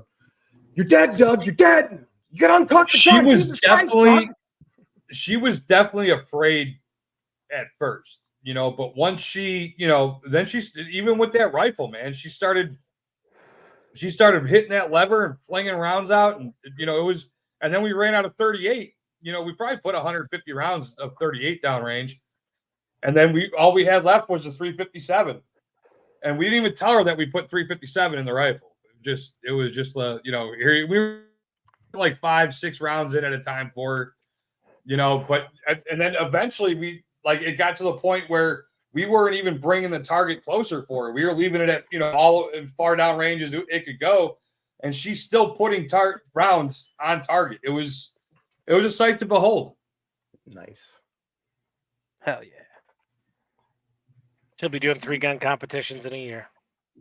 So the range and safety dude that was walking up and down checking the lanes and whatnot, he watched her put 5 or 6 rounds down range, and he told me, he's like, through the shooting range that we were at, he's like, they got these it's called Guns for Girls, and it's all girls being instructed by competition shooters and ex-military, and they could win scholarships. And he's like, my daughter went to veterinary school, through a scholarship that she won, in a competition. Yeah, and Scar's been thinking, she's 13, so I think it's crazy we accept it. Like, we think kids should figure out what they want to do at such a young age. But she really does have such a passion for animals, and animals just adore her. And more she wants to do something where she can work with animals. She doesn't want to do veterinarian. We know that. Captive wildlife care and education. Yeah, It worked out so well. That would get her a good position in a zoo. If Wildlife that's conservation. or a rehab center. That's something she's interested in doing, is working at the zoo one day. And we have that all those zoo. classes. If she gets into guns and animals, wildlife conservation officer. Absolutely. Or Department go of to be a Natural wildlife Resources. biologist like I did, and then go back again. And then start working with kids. Oh yeah, by the time we were walking out of that range, she's like, "Dad, can I get a gun?" Right. Hey, Bryson, can I ask you this question? please? You were like, honey, As 16th parents, what do you guys think about the Hambly ruling out of Michigan? The what? Parents have been convicted for Oh yeah, the Yep. 15-year-old that killed 4 students at his school, in 2020, I want to say 2022. Yeah. His parents. What happened? This 15-year-old killed 4 students a couple years back, and was and they're on trial. holding the They- parents accountable. the state of Michigan, in a historical move, found his parents. Our guilty governor of and our involuntary district attorney manslaughter. charged the parents with the manslaughter for the school shooting, and they got convicted in Michigan, and they just got sentenced. Both of them got 15 or 20 years. I thought it was 10, but all right. Yeah, something like that. Both parents got convicted though. Did the parents give him the gun? They, Well, the gun they was say in the that they house. ignored the gun was in the house, and they said Kinda that like the parents ignored the negligence. warning signs of him being troubled. Like, they had, I guess, a lot of stuff. But I definitely think more Our governor parents. sucks. I'm not going to buy my 13-year-old daughter a gun. Right. Like, and even if But she could get to her. she could, yes. But But if she was not, if it was obvious that she was troubled and saying crazy shit and doing crazy shit, she wouldn't be able to get to it.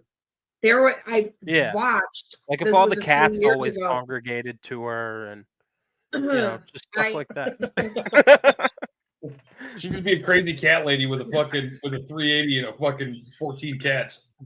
A few years ago, I saw Name a of story all about birds. this guy, and his son was having a lot of issues. Went through some trauma. He was having a lot of issues from it, and they were a gun family, and that was something they did.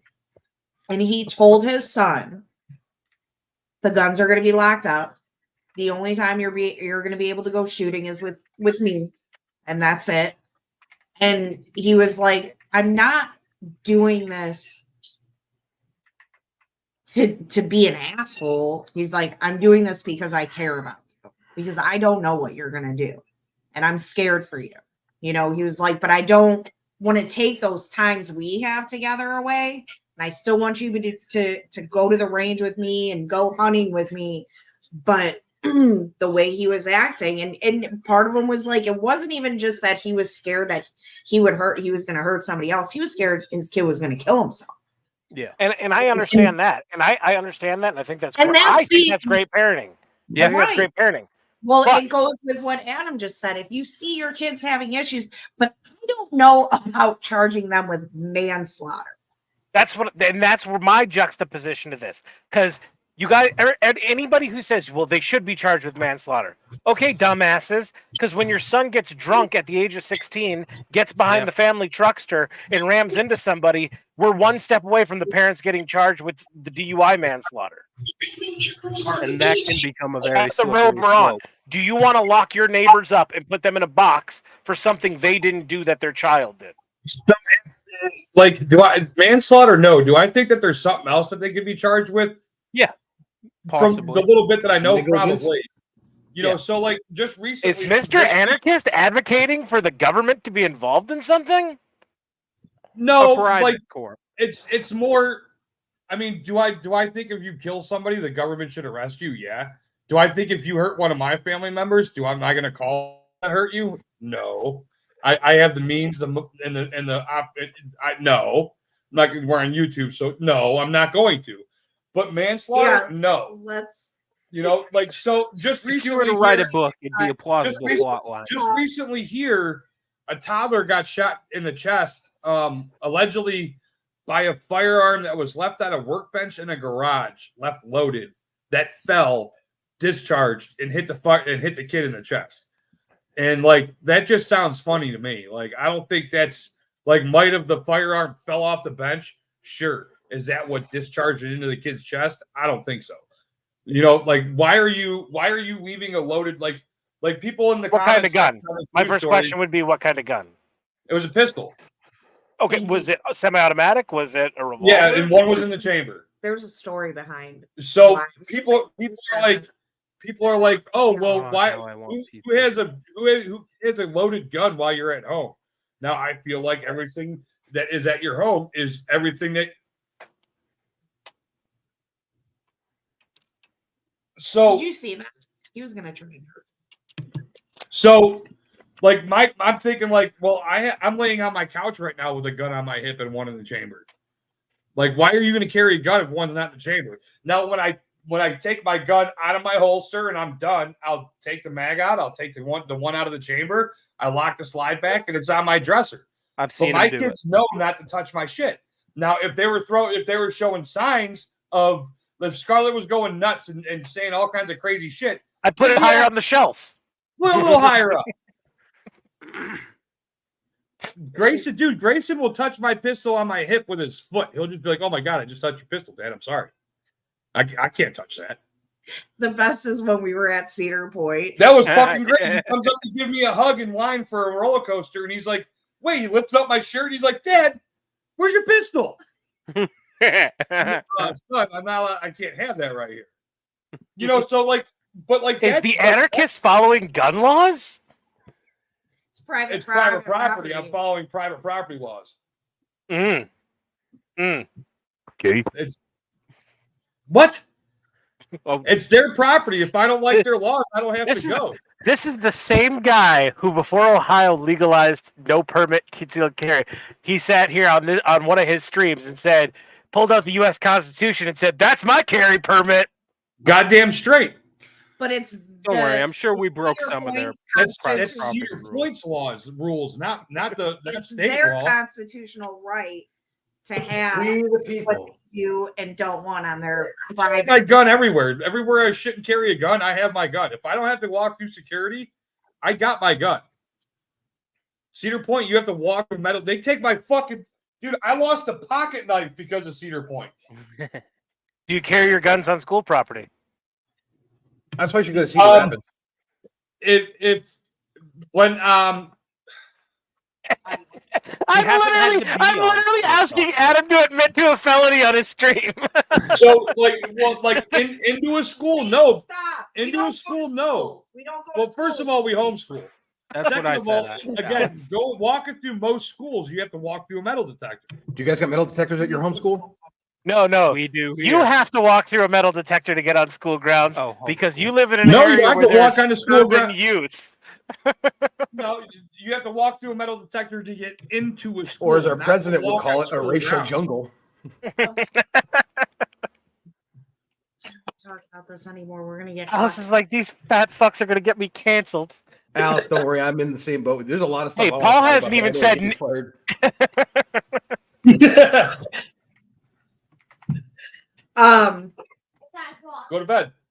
God, pizza is so good. Go on the couch. I made Go a on. cheese Go lay on the pizza couch. tonight. We had our quarterly Keep in front of our stainless steel directors meeting refrigerator. today for quarter one, and there was a point in the meeting where like the topic conversation was, yeah, so we can't do that on Saturday nights because Paul has his podcast, and then all the directors at my You know company about our were like, show? "You have a podcast?" Well, they want me to do shit on Saturday nights, like extracurriculars, and I'm like, can't do it. And I had to tell one that, like, my boss, I had to be like, listen, I know this is going to sound stupid to you, but I do a live show on Saturdays. And then, like, at the director's meeting, it was like, yeah, we can't do it Saturday nights because Paul's got his show, his podcast. And everybody, all the directors were like, wait a minute, what? And I'm like, nope, we're not talking about this. The And they're collective like, attention. how do we watch it? And I'm like, not going to tell you. don't. And I'm like, $5. I believe in separation of church and state. My personal doesn't go into work. My work doesn't go into personal. Exactly. That's the way it should be. So Paul brought up a big tweet earlier. I know I tagged Paul in it on the server, but did you see that, Doug? I ended What's up posting something like during Legion of Skanks. They had Jordan Jensen on, and I just took a Who's hot? screenshot. She got really hot over the last Thank year. you. Okay, so on that subject, I literally just Really hot. posted. I might be the only one who thinks so, but I think Jordan Jensen's hot.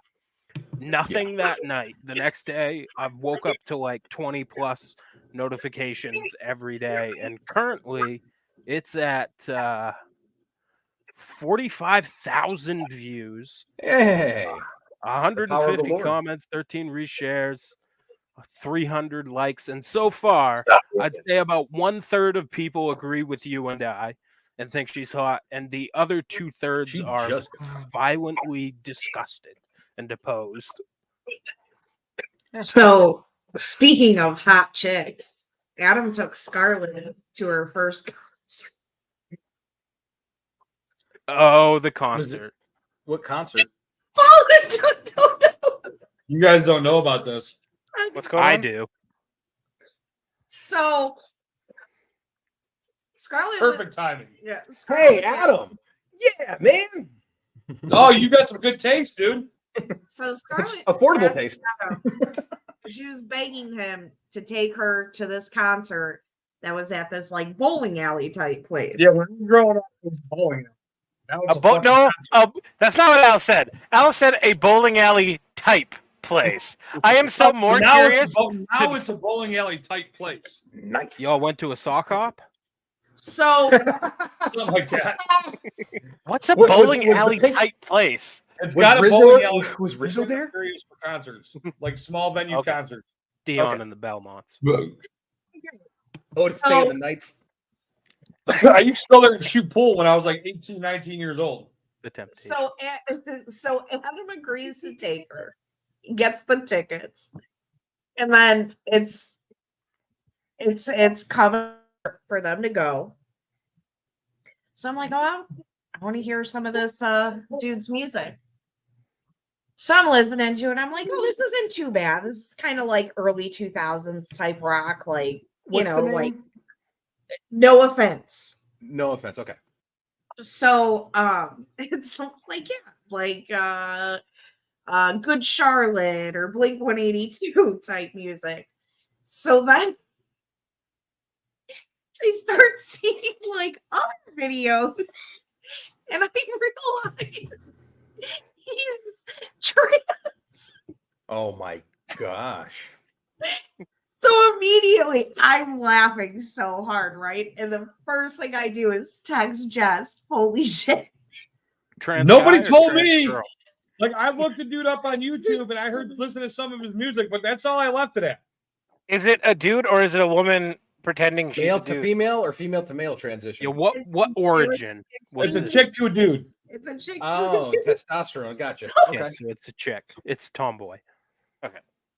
Hey guys, the song's about to come. I got shit, my I first just- period. It's due. a I was mentally man. ill Oh, woman. Got it. and that's not even the worst part. Wait, stop interrupting me. It's a Brit. This is so funny. I'm more offended by that than the trans thing. So then I text Adam and I say, hey, did you listen to any of this dude? This is the morning of the show. I'm at work and she texts me this. So I say, hey, did you listen to any of this dude's music? And he's like, yeah, it's not too bad.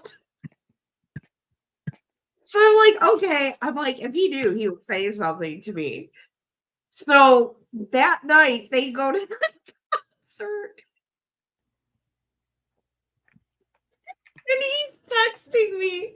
I'm like, are there like a bunch of emo kids there? And he's like, yeah.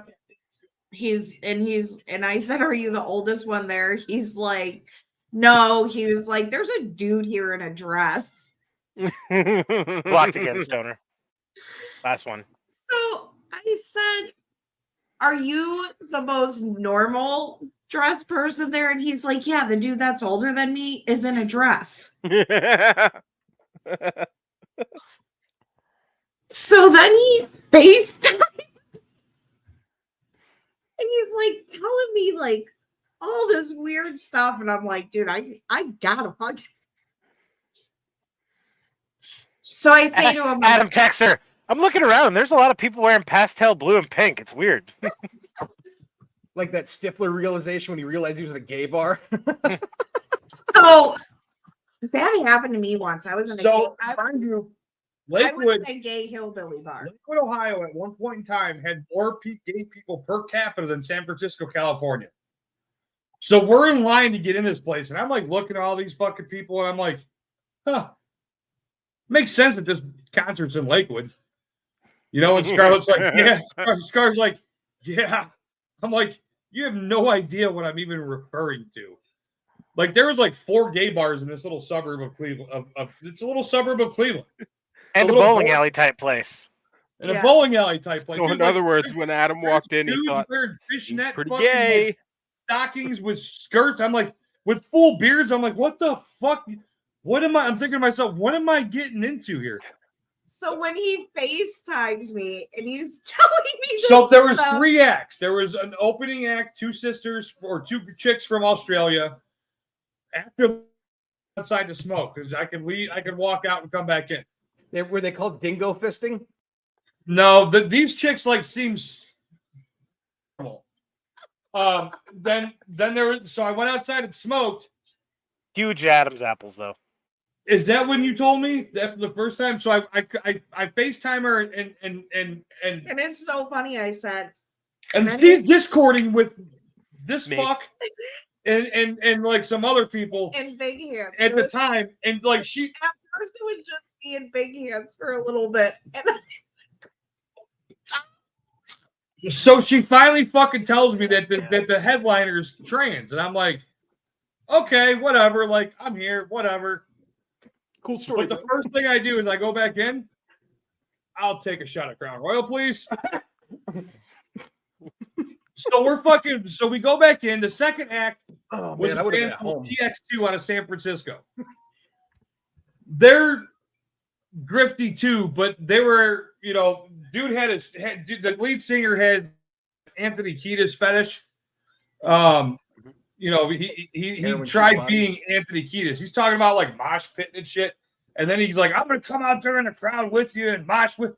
And it's like, dude, I would fucking destroy any of you little young fucks in the fucking mosh pit. I'm fucking fat and old. What are you talking about? oh So, my god, it was Dude came out into the crowd, walked right by Scarlett, and she didn't know he was coming. I saw him coming, so I was standing right behind Scarlett. I put my hands on her You shoulders keep your child away from predators. and turned her, and she. No, these dudes were cool. I mean, they were all right. They were pretty hard for modern punk rock. But then this fucking No Offense guy comes on, and the music was all right. It was, you know, basic It was basic punk rock music. Like Used it to wasn't write- anything different from like a Good Charlotte or like Blink 182 type shit when we were growing up, right? I like Blink. The grift isn't really in the music. I The like grift Panic is at the in Disco. just talking. I love So Panic. he Less started bulge in the monologuing pants. and shit, brought up Donald Trump and whatnot and blah, blah, blah. And like, Oh, you know, this fuck all these motherfucker, I hate American him already. stuff. Dude, I was like, dude, we haven't cared about what your people thought since 1776. So there came a point where he's like, I want everybody to get down and sit down on the floor. And I'm like, no. No. Like, I'm not sitting on this I fucking am floor. not sitting on a bowl. Yeah, The and a lot only- of people here are in dresses. I would never only sit fucking on the people- floor of a bowling alley, let alone a bowling alley type place. Michael said a lot of The people are in only dresses. people Man, that your were balls not are showing. sitting on the floor was a fucking woman in a walker. And there's probably 300 people in this room. It's like, dude, like I was cool with you until you started bringing like politics up in this shit. Like you like that's the way you live your That's life. what punk rock is, man. But dude, like no, like My cousin and I talked no, about it's it. a bit I was bird. telling her the story of Adam ending up at this concert, and like she agreed. Like, why do you have to bring politics into it? And she's also a big Matchbox 20 fan, and she we didn't know it, but we were both at the same concert. So how funny is that? But we were talking about Hilarious. when we go to Matchbox 20, and Eric Church does this too, they both say something along the lines of forget everything that's going on out there and let's just have fun. no matter what you believe, no matter Yeah. what your belief is, like Yeah.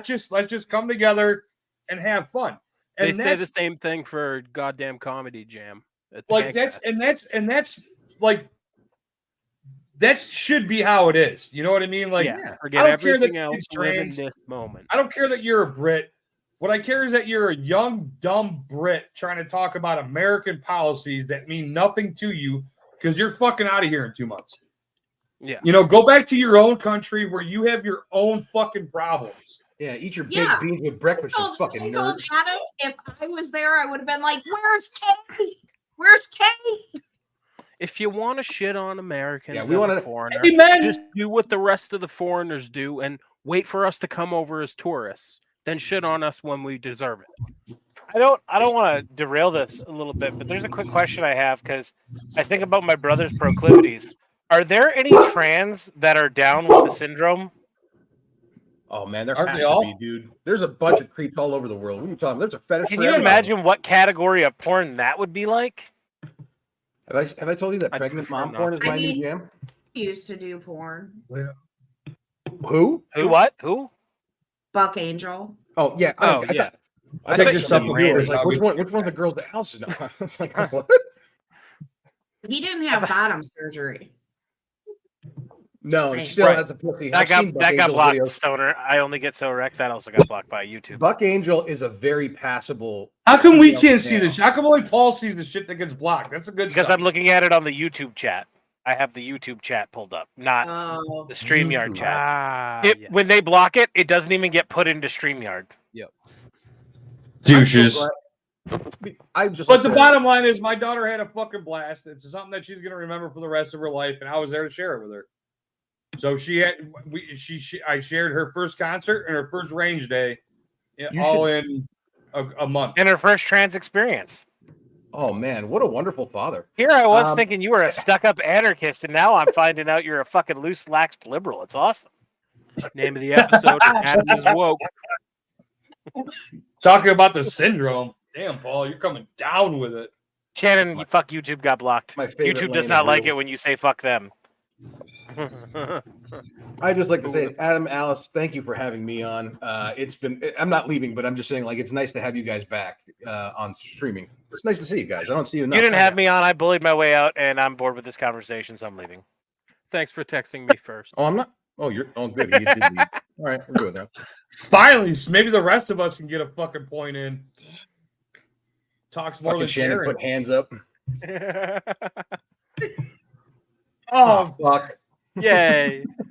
so I am gonna head out. I just wanted to get the bit. Oh, hang out for a little bit longer. We're having fun. Shannon. So I this get really week, sore in this chair. when we found beer. out that You know, Doug, Adam the quit answer to your his question is yeah. Can I talk? No. Okay, go ahead. I actually do shut the fuck up, especially when it's not my own show.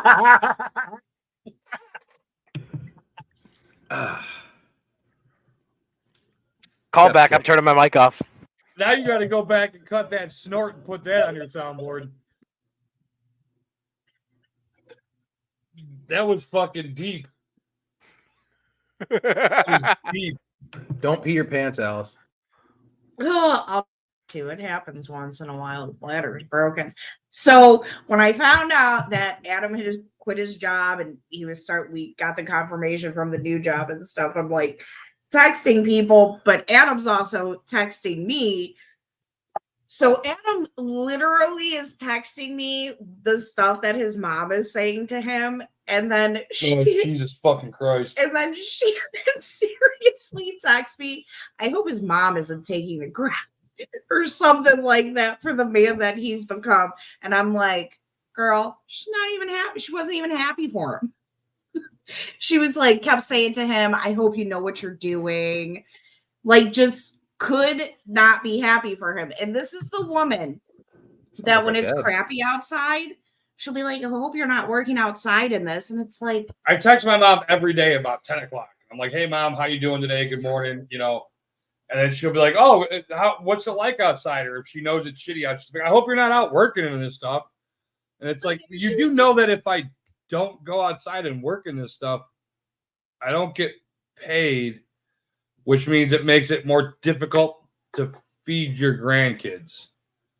You know, so then I tell her, I'm like, I'm changing jobs. I made up my mind. It's done. It's over with. You know, she's like, I sure hope you know what you're doing. And I'm like, well, I'm like going to be making the same money at first. It's going to be more consistent work. It's going to be inside. I don't have to worry about the weather. It's going to be so much easier work. And what gets I sure hope you know what you're doing, Ad. I'm like, you've been doing this for a long time. I'm like, yeah, mom. I know I've been doing this since I've been landscaping since I was 18 years old. Has she been like that your whole life? Yes. Is there a reason why? Do you know, or she's drunk? Oh, so my dad, He was that way before Adam was born. I grew up without a father. My dad, dude, that woman used to tell me to drink a beer and smoke a bowl in the morning to help me with my morning sickness. On it's not wrong.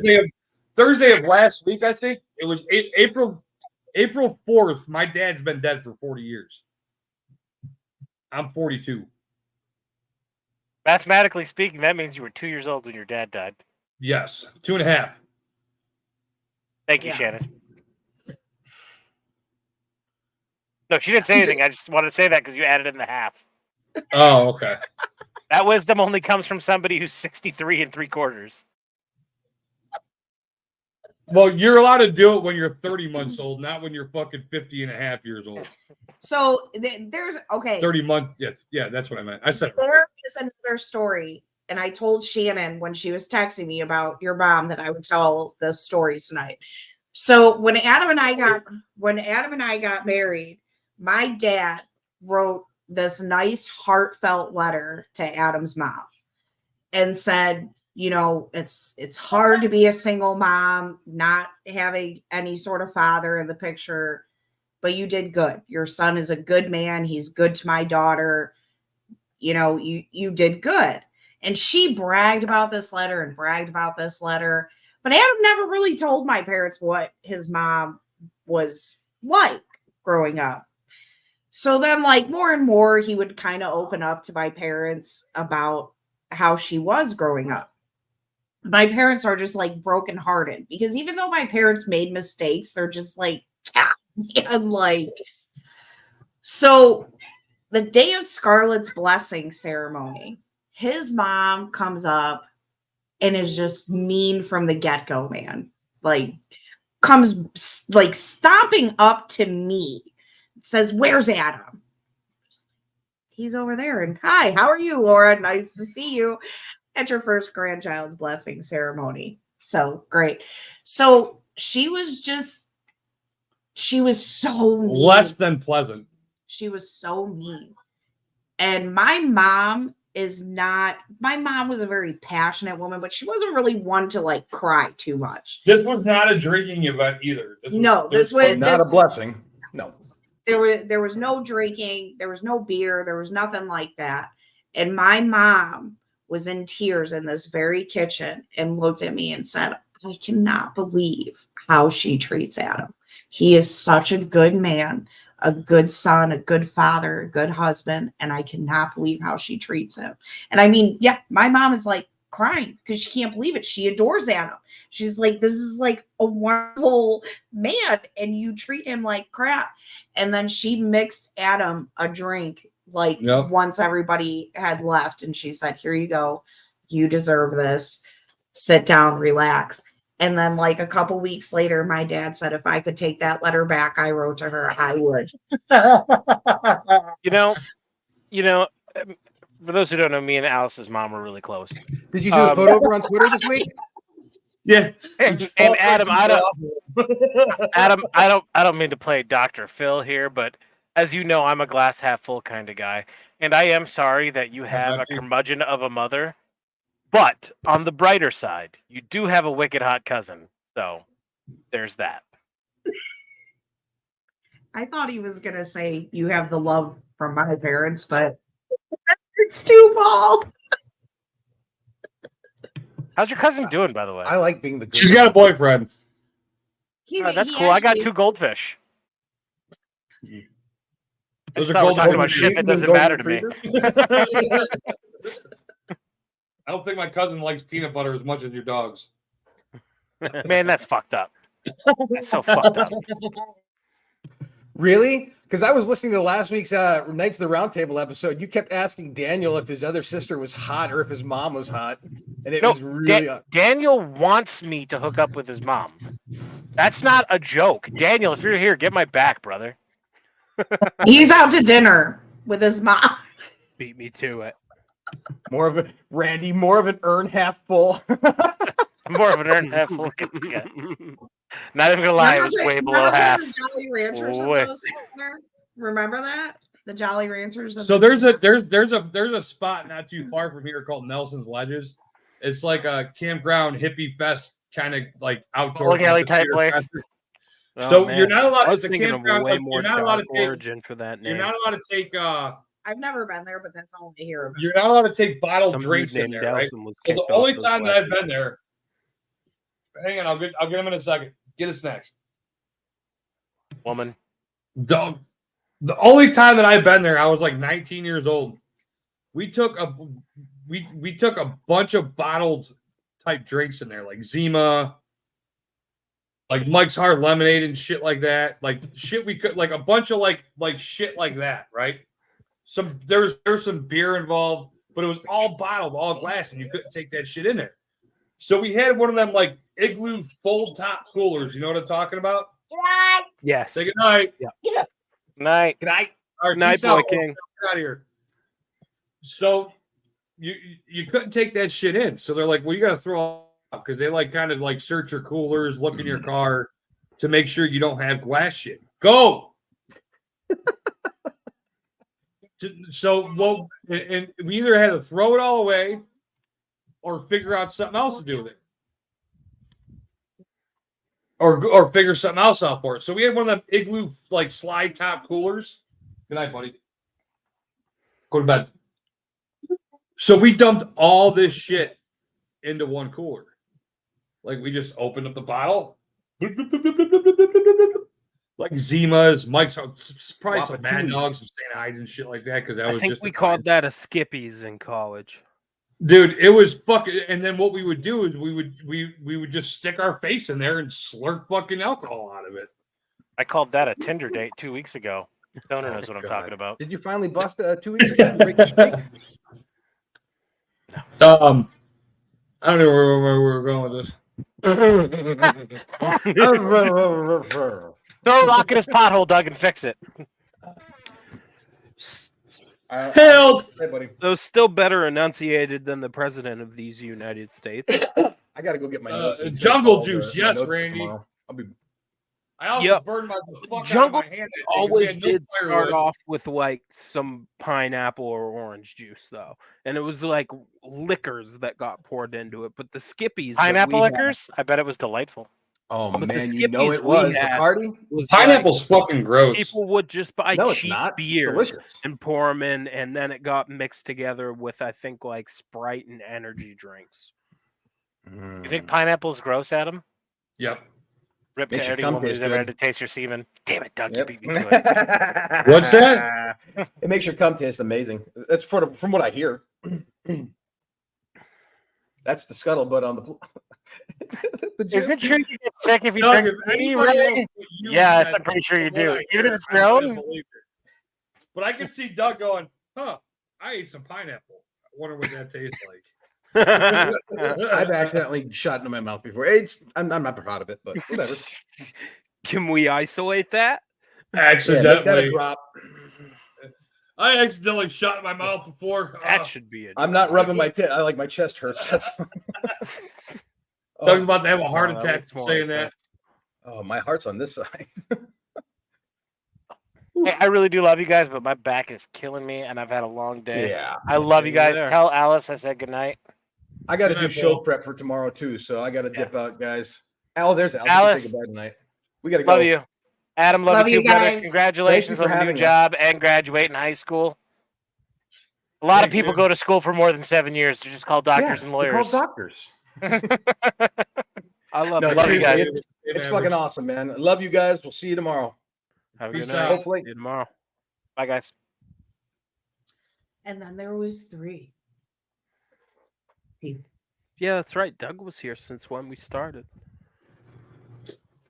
Yeah, he said he wasn't sure if he was gonna make it on. I actually got a burn over here. Excuse me, girl. Excuse me. So, Michael, Cedar Point. Top Thrill 2. I'm intimidated, but it's going to be. There's actually a video that just came out. I think the Cedar Point's been doing their very best to get it off the internet. It was of a test run, and they used water dummies in okay. the seats, and one of them came flying out. I was a watched piece one of of the test plastic. runs, and there were a bunch of people commenting saying like, "Look at how this jiggles or that wobbles," and I don't know what the hell they were talking about. Thing looks smooth to me. Also, I mean, like, once I get on the ride, everything's out of my hands. So if I die, it's not on me. It's gonna be off the fucking hook, dude. I showed that same video to my buddy that I throw. Let's darts just with. talk not off the track. My buddy from work, or no, that I shoot darts with. I showed it to him, and he's like, "I'm like, did you see that fucking video, dude? Did I say?" He's like, "Yeah, that looks pretty scary." And I was like, "Yeah, it does." And I showed Scarlett. Scarlett's like, I might cry. I was like, I might too. Yeah. Um, Yeah, and I said basically the I'll same hold thing your to you guys' I ish. said tonight. Like, Oh, it looks So, yeah. terrifying, and it's going to be so much freaking fun. All like they had the same like Obviously, rules we're as gonna like do Steel it. Vengeance. Like you can't take anything with you in line. I can't wait to hit Steel Vengeance.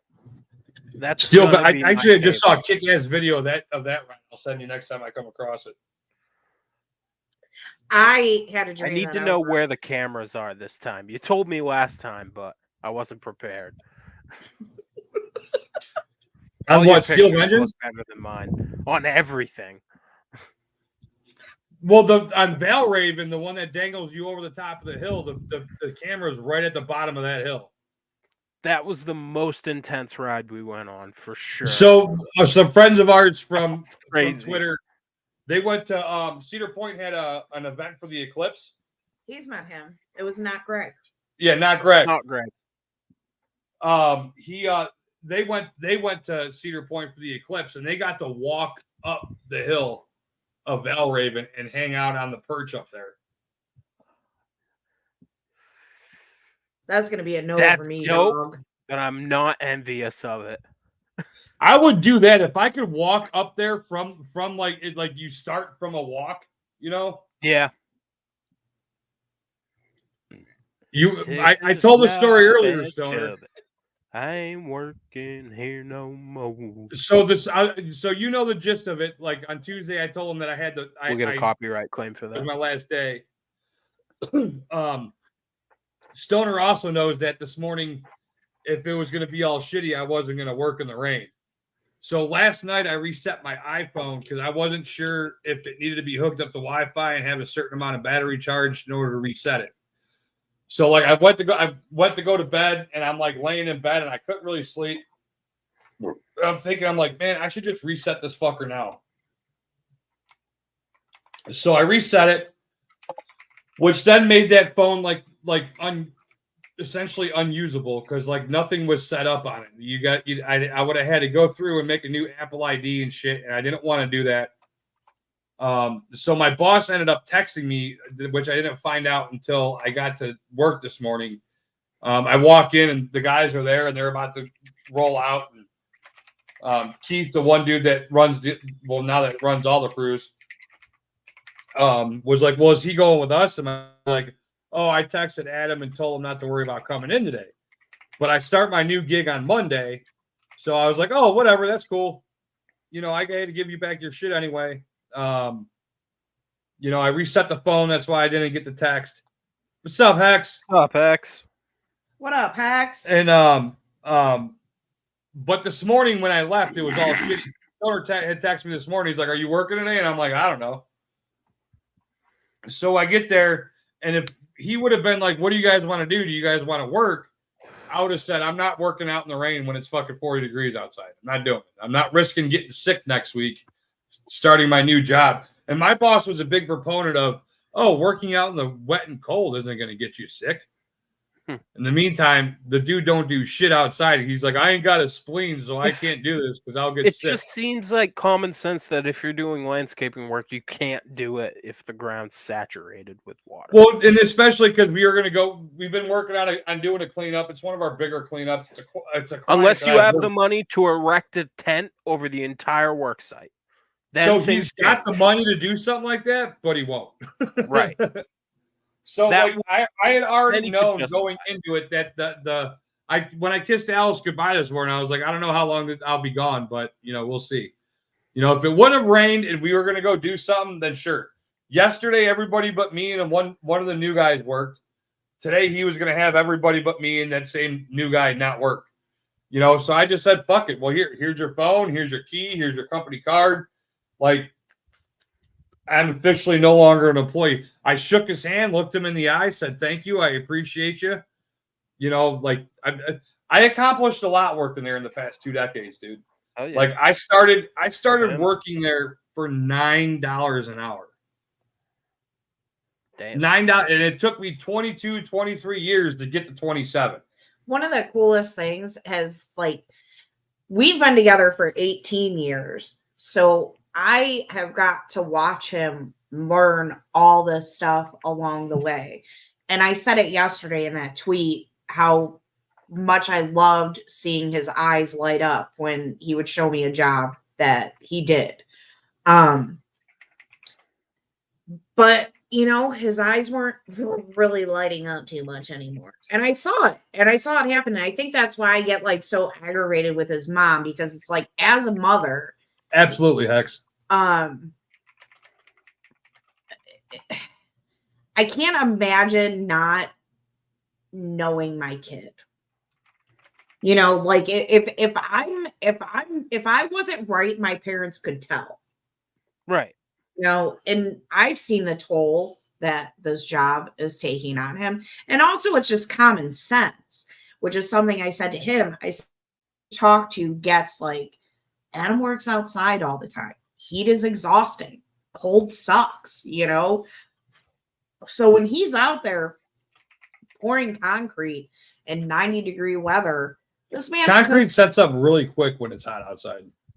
Yep. This man comes home he's beat down hard. You just want to hang out in the air conditioning, and then I'd come home and she'd be like, well, let's go do this outside. It's like, I don't want to fucking go outside anymore. I've been outside all day. And then when it's cold outside, you fucking outside all goddamn day, no matter how warm you dress. All you want to do is you want to come in and sit in the heat under a fucking blanket for the rest of the day. You know, especially when it's wet. Like cold is one thing. Cold and wet. Yeah, and that was another thing I noticed before I turn the air in the summertime, I turn the air conditioning off in the morning. Mhm. And I won't have it on too high. I don't want to be like freezing trying to do stuff in the house. So, but when he would come home, he would want it at like 70. And I want to be in shorts and a tank top and just that air from this air conditioning so cold. So then I'm like freezing in the summertime. And I just noticed more and more how he couldn't take the heat like he used to take the heat, because I did that at our old place. I would have the air conditioning off and he would come home, you know, he'd ask to put the air conditioning on, but we'd have it at like 72 or something. Turn that shit.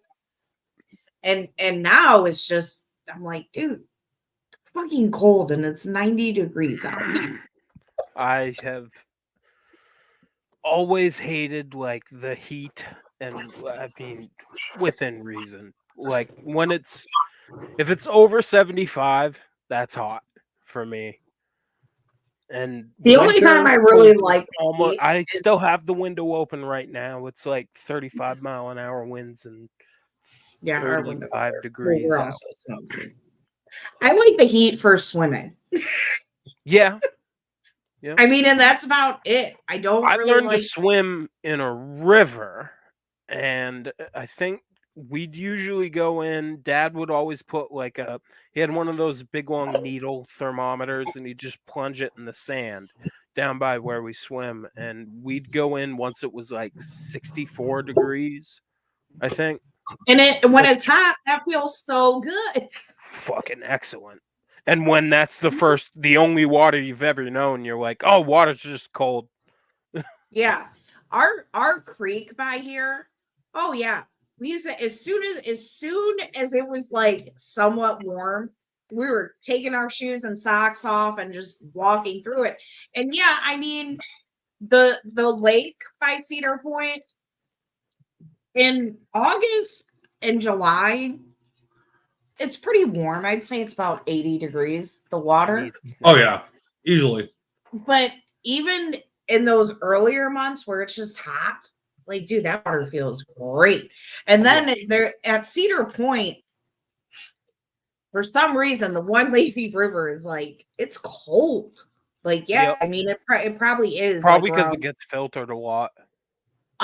it's probably but the other lazy rivers, I don't think is as cold as that other one. That one's funner too. That's a much funner lazy river. Think that it's not considered a lazy river, I guess, but yeah. But when it's 90 degrees out and you step in like 65-degree weather, you're like, Water's pretty- Now, I'm not naive enough to think that it's going to be all fucking sunshine and rainbows working in a factory when it's still hot out in the summertime. But I'm not going to have the sun baking on me, you know? Like, Right. and when it's that hot outside, it really doesn't matter what the fuck you're doing, you're going to sweat. Yeah. You know, the thing is not having the sun beating on me. I sweat. You know, like in the wintertime, like Ow. it's going to be cold, but like, dude, I ain't going to have to worry about getting a phone call saying, hey, you got to go plow these lots or Yeah. worry He's about. just gonna be off on Christmas. Yeah, I'll just be off. Say this, Adam, even when he had to work on Christmas, he was up with those kids, enjoying There's it, times where he didn't even sleep. He would just come Yep. home and have to get up on Christmas morning. my mom would come over. My mom comes over for Christmas Eve dinner at our house. That's just like what we've been doing for a while. Yeah. We'd make dinner, we'd eat dinner, my mom would leave, and then I would go to work.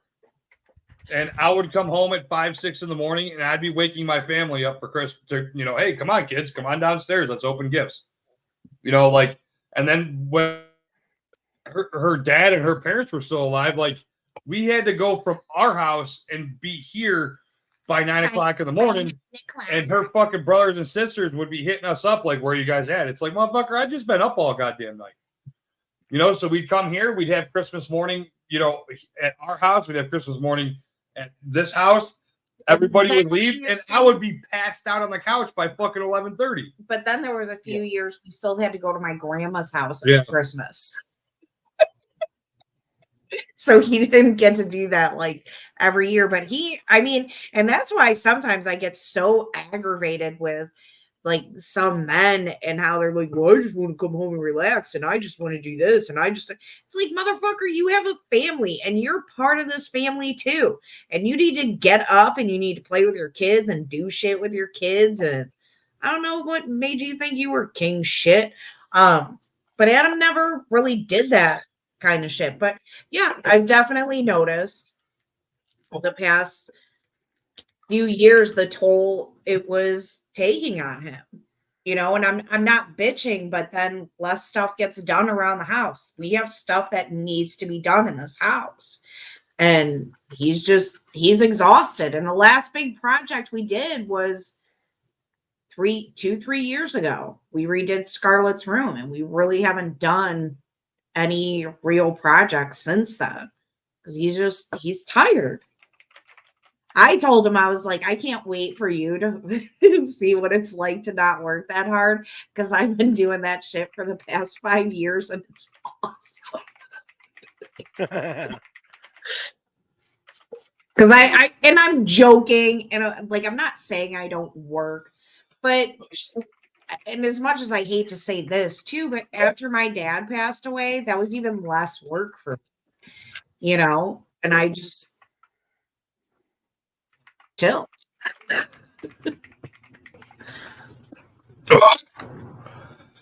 Yeah. It's exciting times going on over here.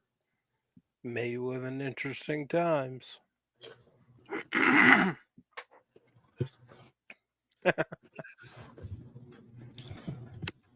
What do you know? That you don't work hard? Oh, fuck you, Stoner. But Stoner coming in hot.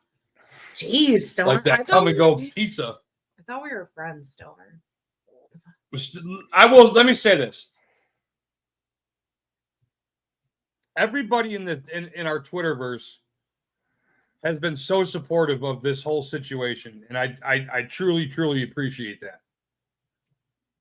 But Stoner is like, for a dude that I've never met in real life, for a dude that I've never seen in the flesh, has been so supportive, and he does it in a way where it doesn't add pressure. You know, people can be supportive of something that you're doing, but it can also, in a weird way, add pressure. You know, like my wife's been extremely supportive, but in a way, it kind of adds pressure because I know that she she's appreciative of what I'm doing, what I'm going through, and all that stuff because it's for the betterment of our family. But like coming from her, it's like, well, fuck, man. Now I like if I fail a GED test, I'm gonna feel worse because I'm gonna feel like I let her down, you know, versus someone that's counting on you. And Stoner is so supportive in a way that like it actually takes pressure off, you know. And Stoner, I am so appreciative of every fucking text you've ever seen saying, you know, you got this, you know, fuck that, fuck him, whatever it may be, dude. I am truly grateful to be able to call you a friend, dude. I'm gonna piggyback off that a little bit. When Adam was deciding to go for this job interview, like I had a lot of anxiety. And the one night I couldn't sleep and I texted Stoner and I told him what was going on. And I told him how long Adam has worked at that place. And, you know, he just talked me through that night. But not only that, but in like around December, I was having a really, really hard time, like missing my mom and my dad. And I reached out to Stoner and he was you're just so cool, Stoner. You're just such a cool person. To such a laid back. Dude, you are such a just a people's person. Like The Rock calls himself the people's champ, dude. Stoner, you're the fucking people's champ. Yeah. He's all right. Dude, I fucking love Stoner, and I've thought about it like a couple of times. No, I love you, Stoner. You know that. Ugh. Even if you are Fuck yeah, great at Hex. eating a dead horse. Is he around? Is he here this weekend? If he's here this weekend, let's do something tomorrow night. It's gonna be decent out. It'll be muddy, but we can have a fire in the fucking driveway. Or we can come to your place, or we can meet Whatever, you dude. Fuck or yeah, we can dude. meet for dinner. What, buddy? I want to beat Hex Daddy. Go watch TV.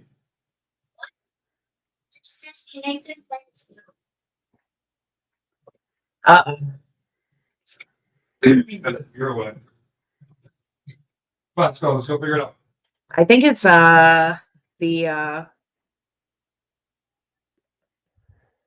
it is Stoner. Like I mean Adam and I talked about it, how like with his mom, all of you guys have been so supportive of Adam making changes in his life and like cheering him on and just sending him positive messages and thoughts and, you know, being so happy for him, for us. And, you know, and I mean, we talked about like, yeah, like you guys have been more supportive than his own mom. And it's, I mean, it sucks, but at the same time, it's so fucking awesome to have this group of people that we have. What you drinking, Michael? Well, I just realized I still had a little bit of wine sitting right there. I see that. I'm not a wine drinker, but I am, and I since it was a good deal, I ended up signing up for one of those, like, you take a quiz, they send you a box of wine. Right. Like 6 bottles. It was 6 bottles for $55 was the first deal, which is pretty good. When half of the wines came from Italy and Spain, they were decent wines, but they keep pushing a bunch of these California wines on me. And so this is just some random red blend from California, but it's not bad. It's dry and it's tart. nice. Next, do you want to meet up at Dina's? We could do that for a little bit. Scar can watch Grayson for a little bit, like after or something.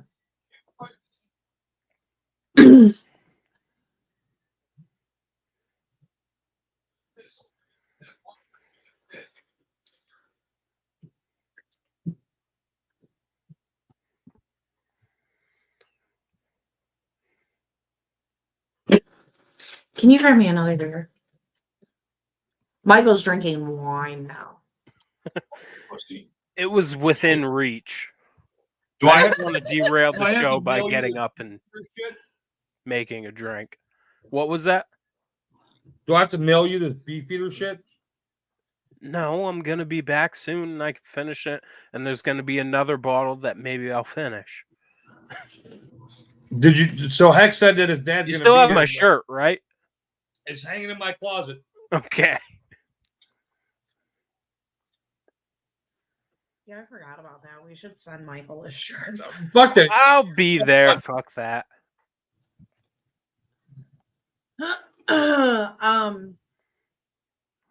Whoa. Oh. Just, There was a fire truck going down the street. Funny story about that. We were sitting here for dinner one night. I forget what it's like to live in a And city. this is where Scar or Grayson sits with his back to these windows. We're sitting here for dinner and an ambulance and a fire truck go roaring down the street. Grayson's like, "Oh my God, it's the cops! I didn't do it."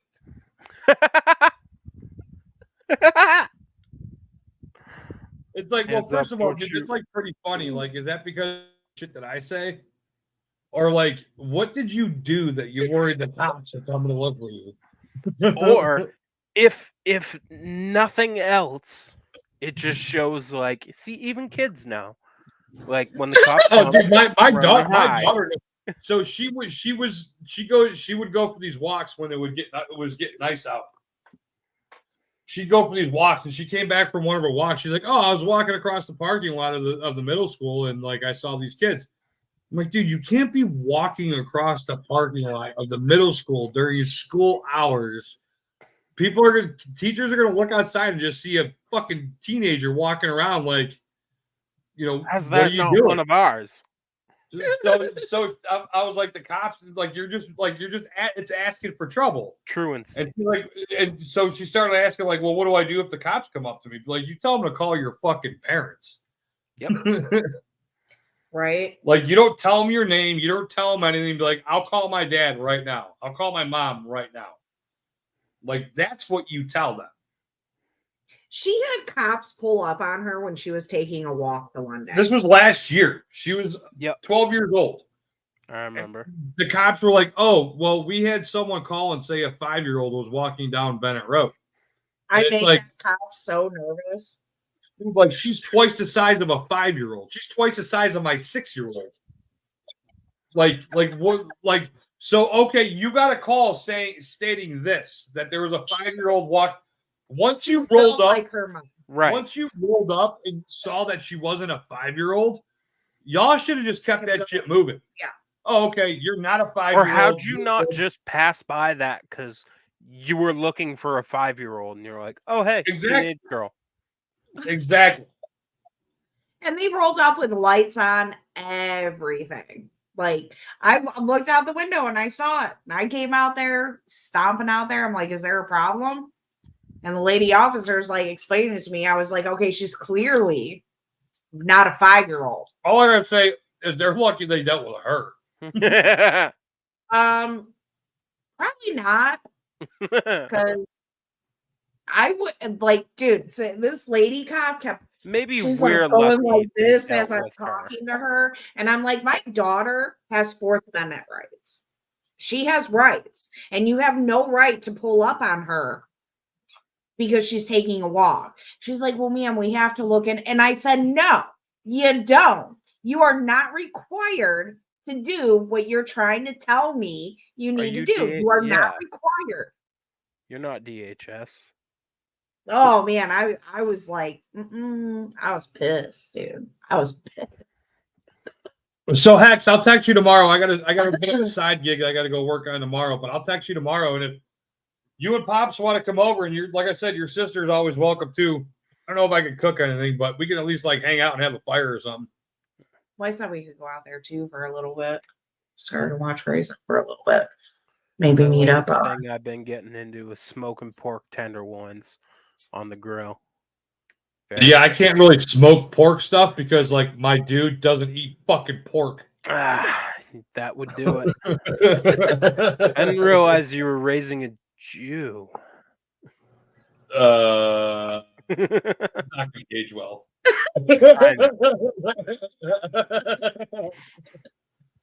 Age well. It's not great right now.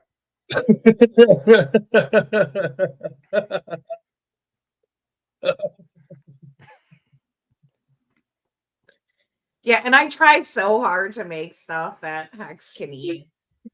What sucks is, so there's this freaking like pasta salad thing that I make. And it,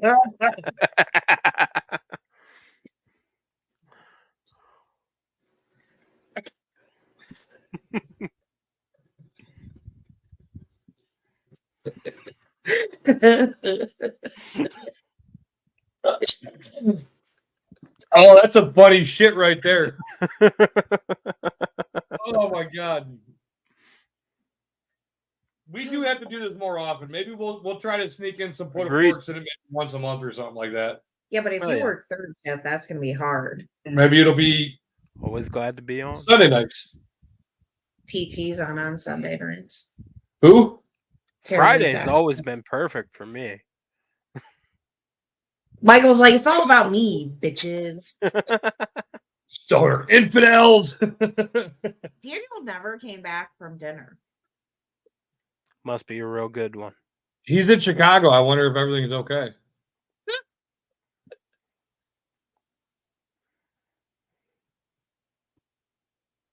Wait. Had a boy. I did-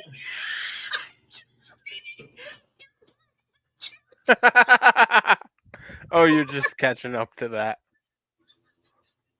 How's it going, Michael? do you Pretty feel good. No, it was, remember that boxed in, drawn out? Something like that. Oh, hey, Mike, remember that cut tax conversation we had? No, About I have what no you said idea to what you Alex talked, on what the you're Discord talking and what about. what you were talking about. No, it's cool. Oh,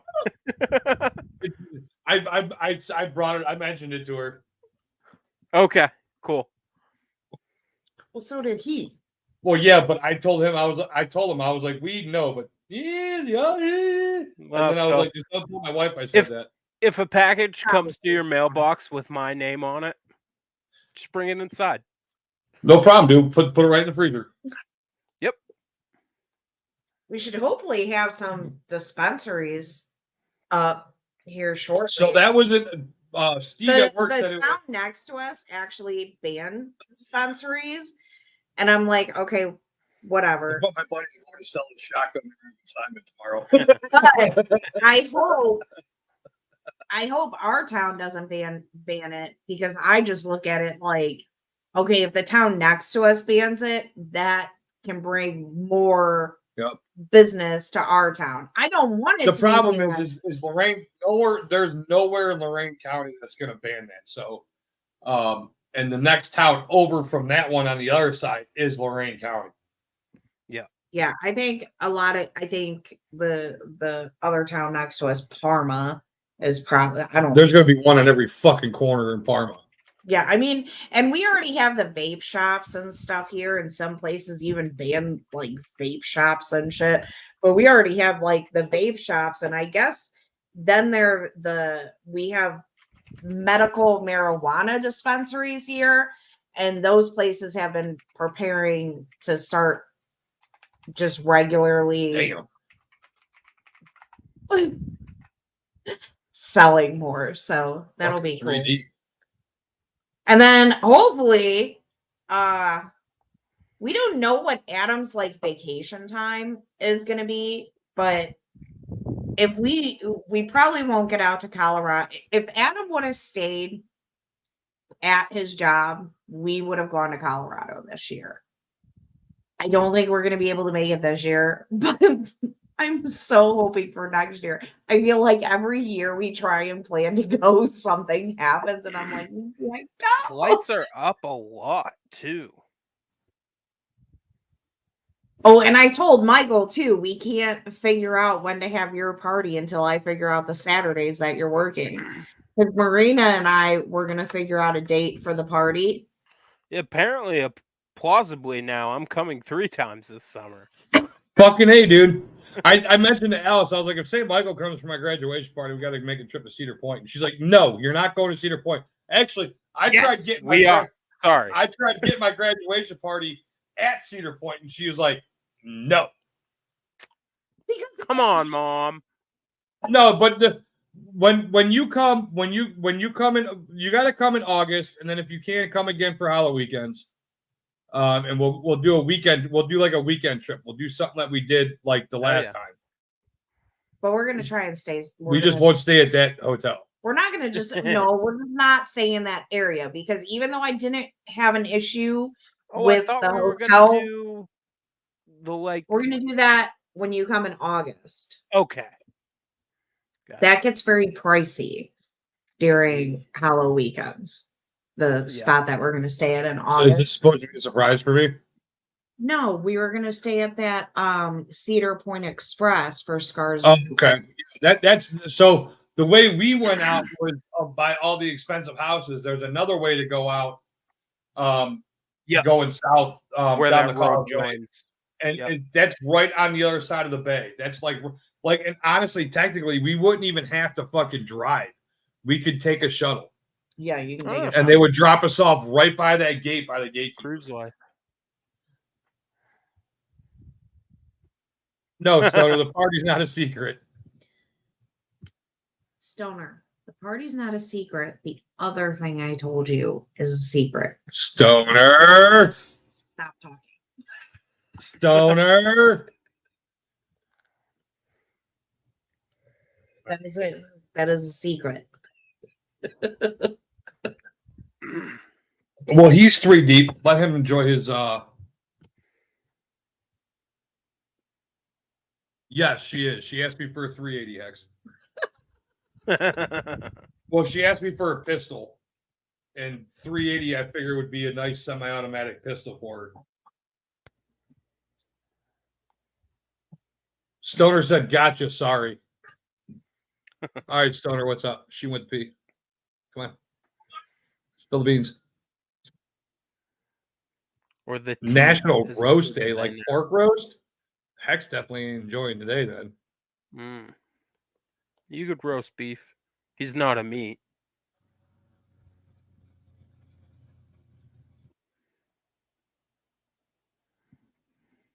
three deep, huh, Michael? Yeah. Yeah. Number 3 was because 1 and 2 didn't seem to be doing anything. And then the moment I went for 3, 1 and 2 kicked in like a cartoon. It's It was you like ever that see the- timing of like, maybe I do need more shit. You I ever see didn't. that fucking the reel of the black dude talking about eating edibles, and he's like, I got these edibles from this white dude, and like I ate 2 of them, and they weren't doing that. And then I ate 3 of them, or a third one, and like my car's like a spaceship, and I can't fly a spaceship, y'all. Yep. I've had a It's your monologue friend, like though, that going Stoner. through my head before. Well, all right. So I got next week is all orientation week. That's all going to be first shift. The week after, I'm guessing, is going to be all training week, which is all on job training is first shift too. So maybe in a couple weeks we could have another one of these. Oh yeah. So And then maybe on one of those, I'll tell the story of how I hung out with 2 murderers. there you go. Or maybe I'll just tell Hex that story when I see him, because I know Hex. I think it was Hex was one of the people that wanted to hear the story of how I hung out with 2 murderers from the same family. So have you met a bunch of the guys you're going to work with yet? No, I know one of them. Well, I don't even know if I'm going to work with him. That's right. Yeah, because one of them's been your friend for a while. Yeah, I met him through her. And ironically enough, he was like one of the dudes that was skeptical of me when I first came around. I told Right. that story. Yep. And here I am, here he is helping me get a fucking job. So, it's what a difference 18 years can make. And What a difference. 2 decades. no, can dude, make. he's a cool dude. So He is. He's first shift is at least on job training, Stoner. I won't be working first shift off rip. I'm hoping it's not second. I would rather work third shift. Yeah, second shift. Second shift will be rough. Second shift. I used to work. Because if When my I could work third shift and get off at 7, 8 o'clock, then I'm home by like 8, 9 o'clock. I can do shit during the morning that I would do like after work in the evening, regularly. We can go to Cedar Point when it's slow. So when my dad worked in the paper mill, when the paper mill was still going here in town, he always described his work as something hand. What kind of hand work are you doing? Are you a second hand, a third hand, a fifth hand? Right. Where do you fall on that? I'm hoping to be third hand. Yep.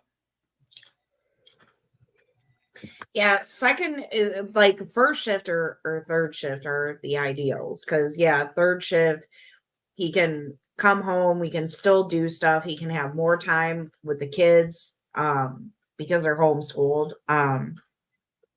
We got the zoo pass, we got the Cedar Point pass. Yep. So I mean, I kind of really want to see that is zoo. dying to go to the Natural History Museum. Yeah. He wants to Me see them too. dinosaurs, man. I'm a nerd for that shit. If we have a day when you come here, we'll go to that. It's really cool. It's cool. Oh yeah. It's For super being Not to For being a sound small fancy, city- but I've been in museums across the world. and now you can add Cleveland to that. for a small city, Well, Ohio a small doesn't old city, exist. Cleveland's got some museums, dude. Hell yeah. Some like Oh, yeah. Our art national museum- renowned museums. our art museum is phenomenal. It's freaking phenomenal. But yeah, we have a lot of museums here. And then the zoo is nice. The zoo is nationally renowned too. Yeah. Something We about only their have one here in enclosures or Maine, and whatever. I've never gone to it because I imagine it's not that great.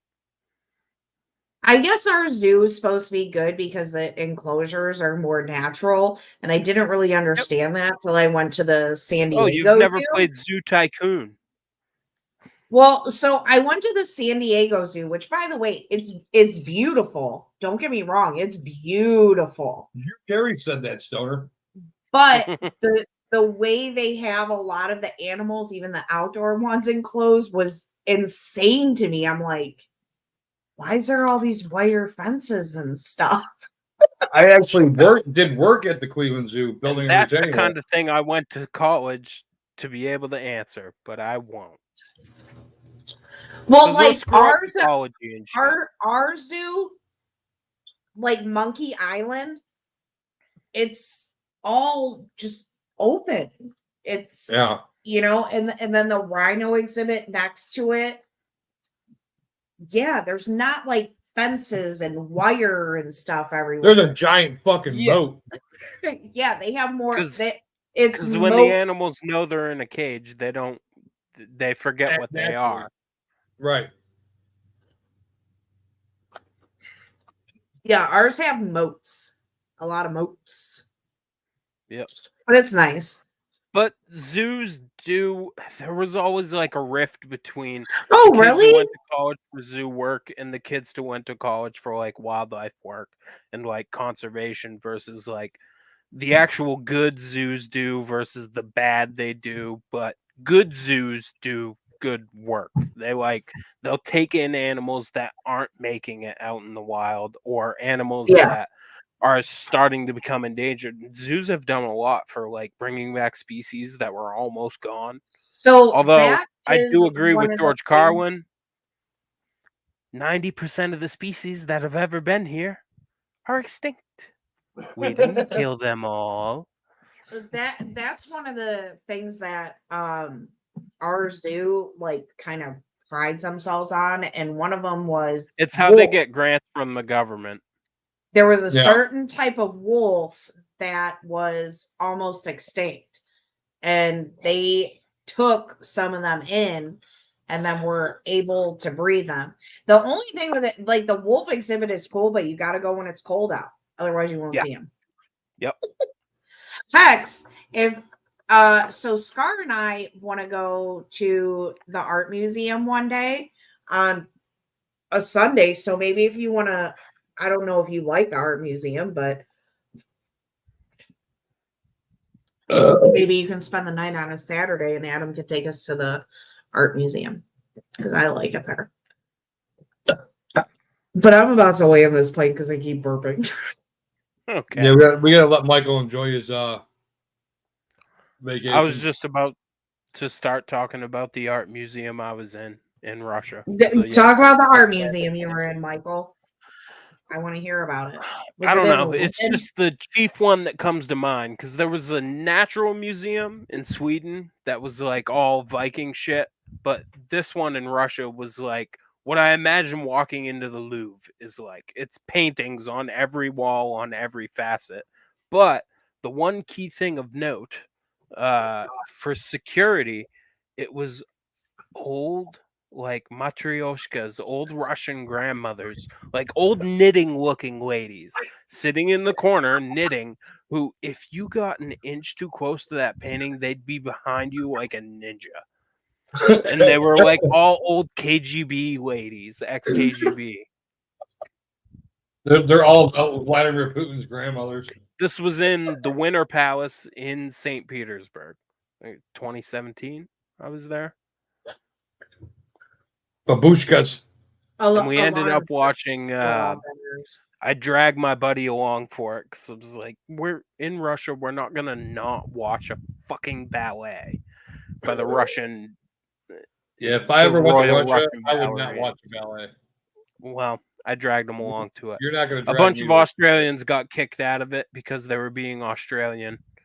You can't cheer at a ballet. Yeah. So we watched Swan Lake in St. Petersburg because I'm a cultured motherfucker. Yeah, you are. They give you shots of vodka in their gift shops. And Vodka? vodka. Some Kamchatka. So the Russian word for water is wodya, and the Russian word for vodka is vodka. They're pretty close, so you can see why they're usually drunk. Stoner wants to go. Stoner would rather go to a hockey game and gamble on it. They got FanDuel. All right, But they give it to you like kind of how they do the tequila shots here. They'll give you a pickle. They give you a pickle. You're supposed to bite the pickle, take the shot, and then bite the pickle. A pickle? Yeah, a pickle. tickle your pickle for a ruble. I don't know about pickle. And they had Trump shit everywhere. Really? Yeah. They had two giant nesting dolls of Trump and Putin shaking hands. It was hilarious. That's That's funny. This was in weird. 2017. That's where the Russian dossier came from. That's where he got peed on. Can't confirm.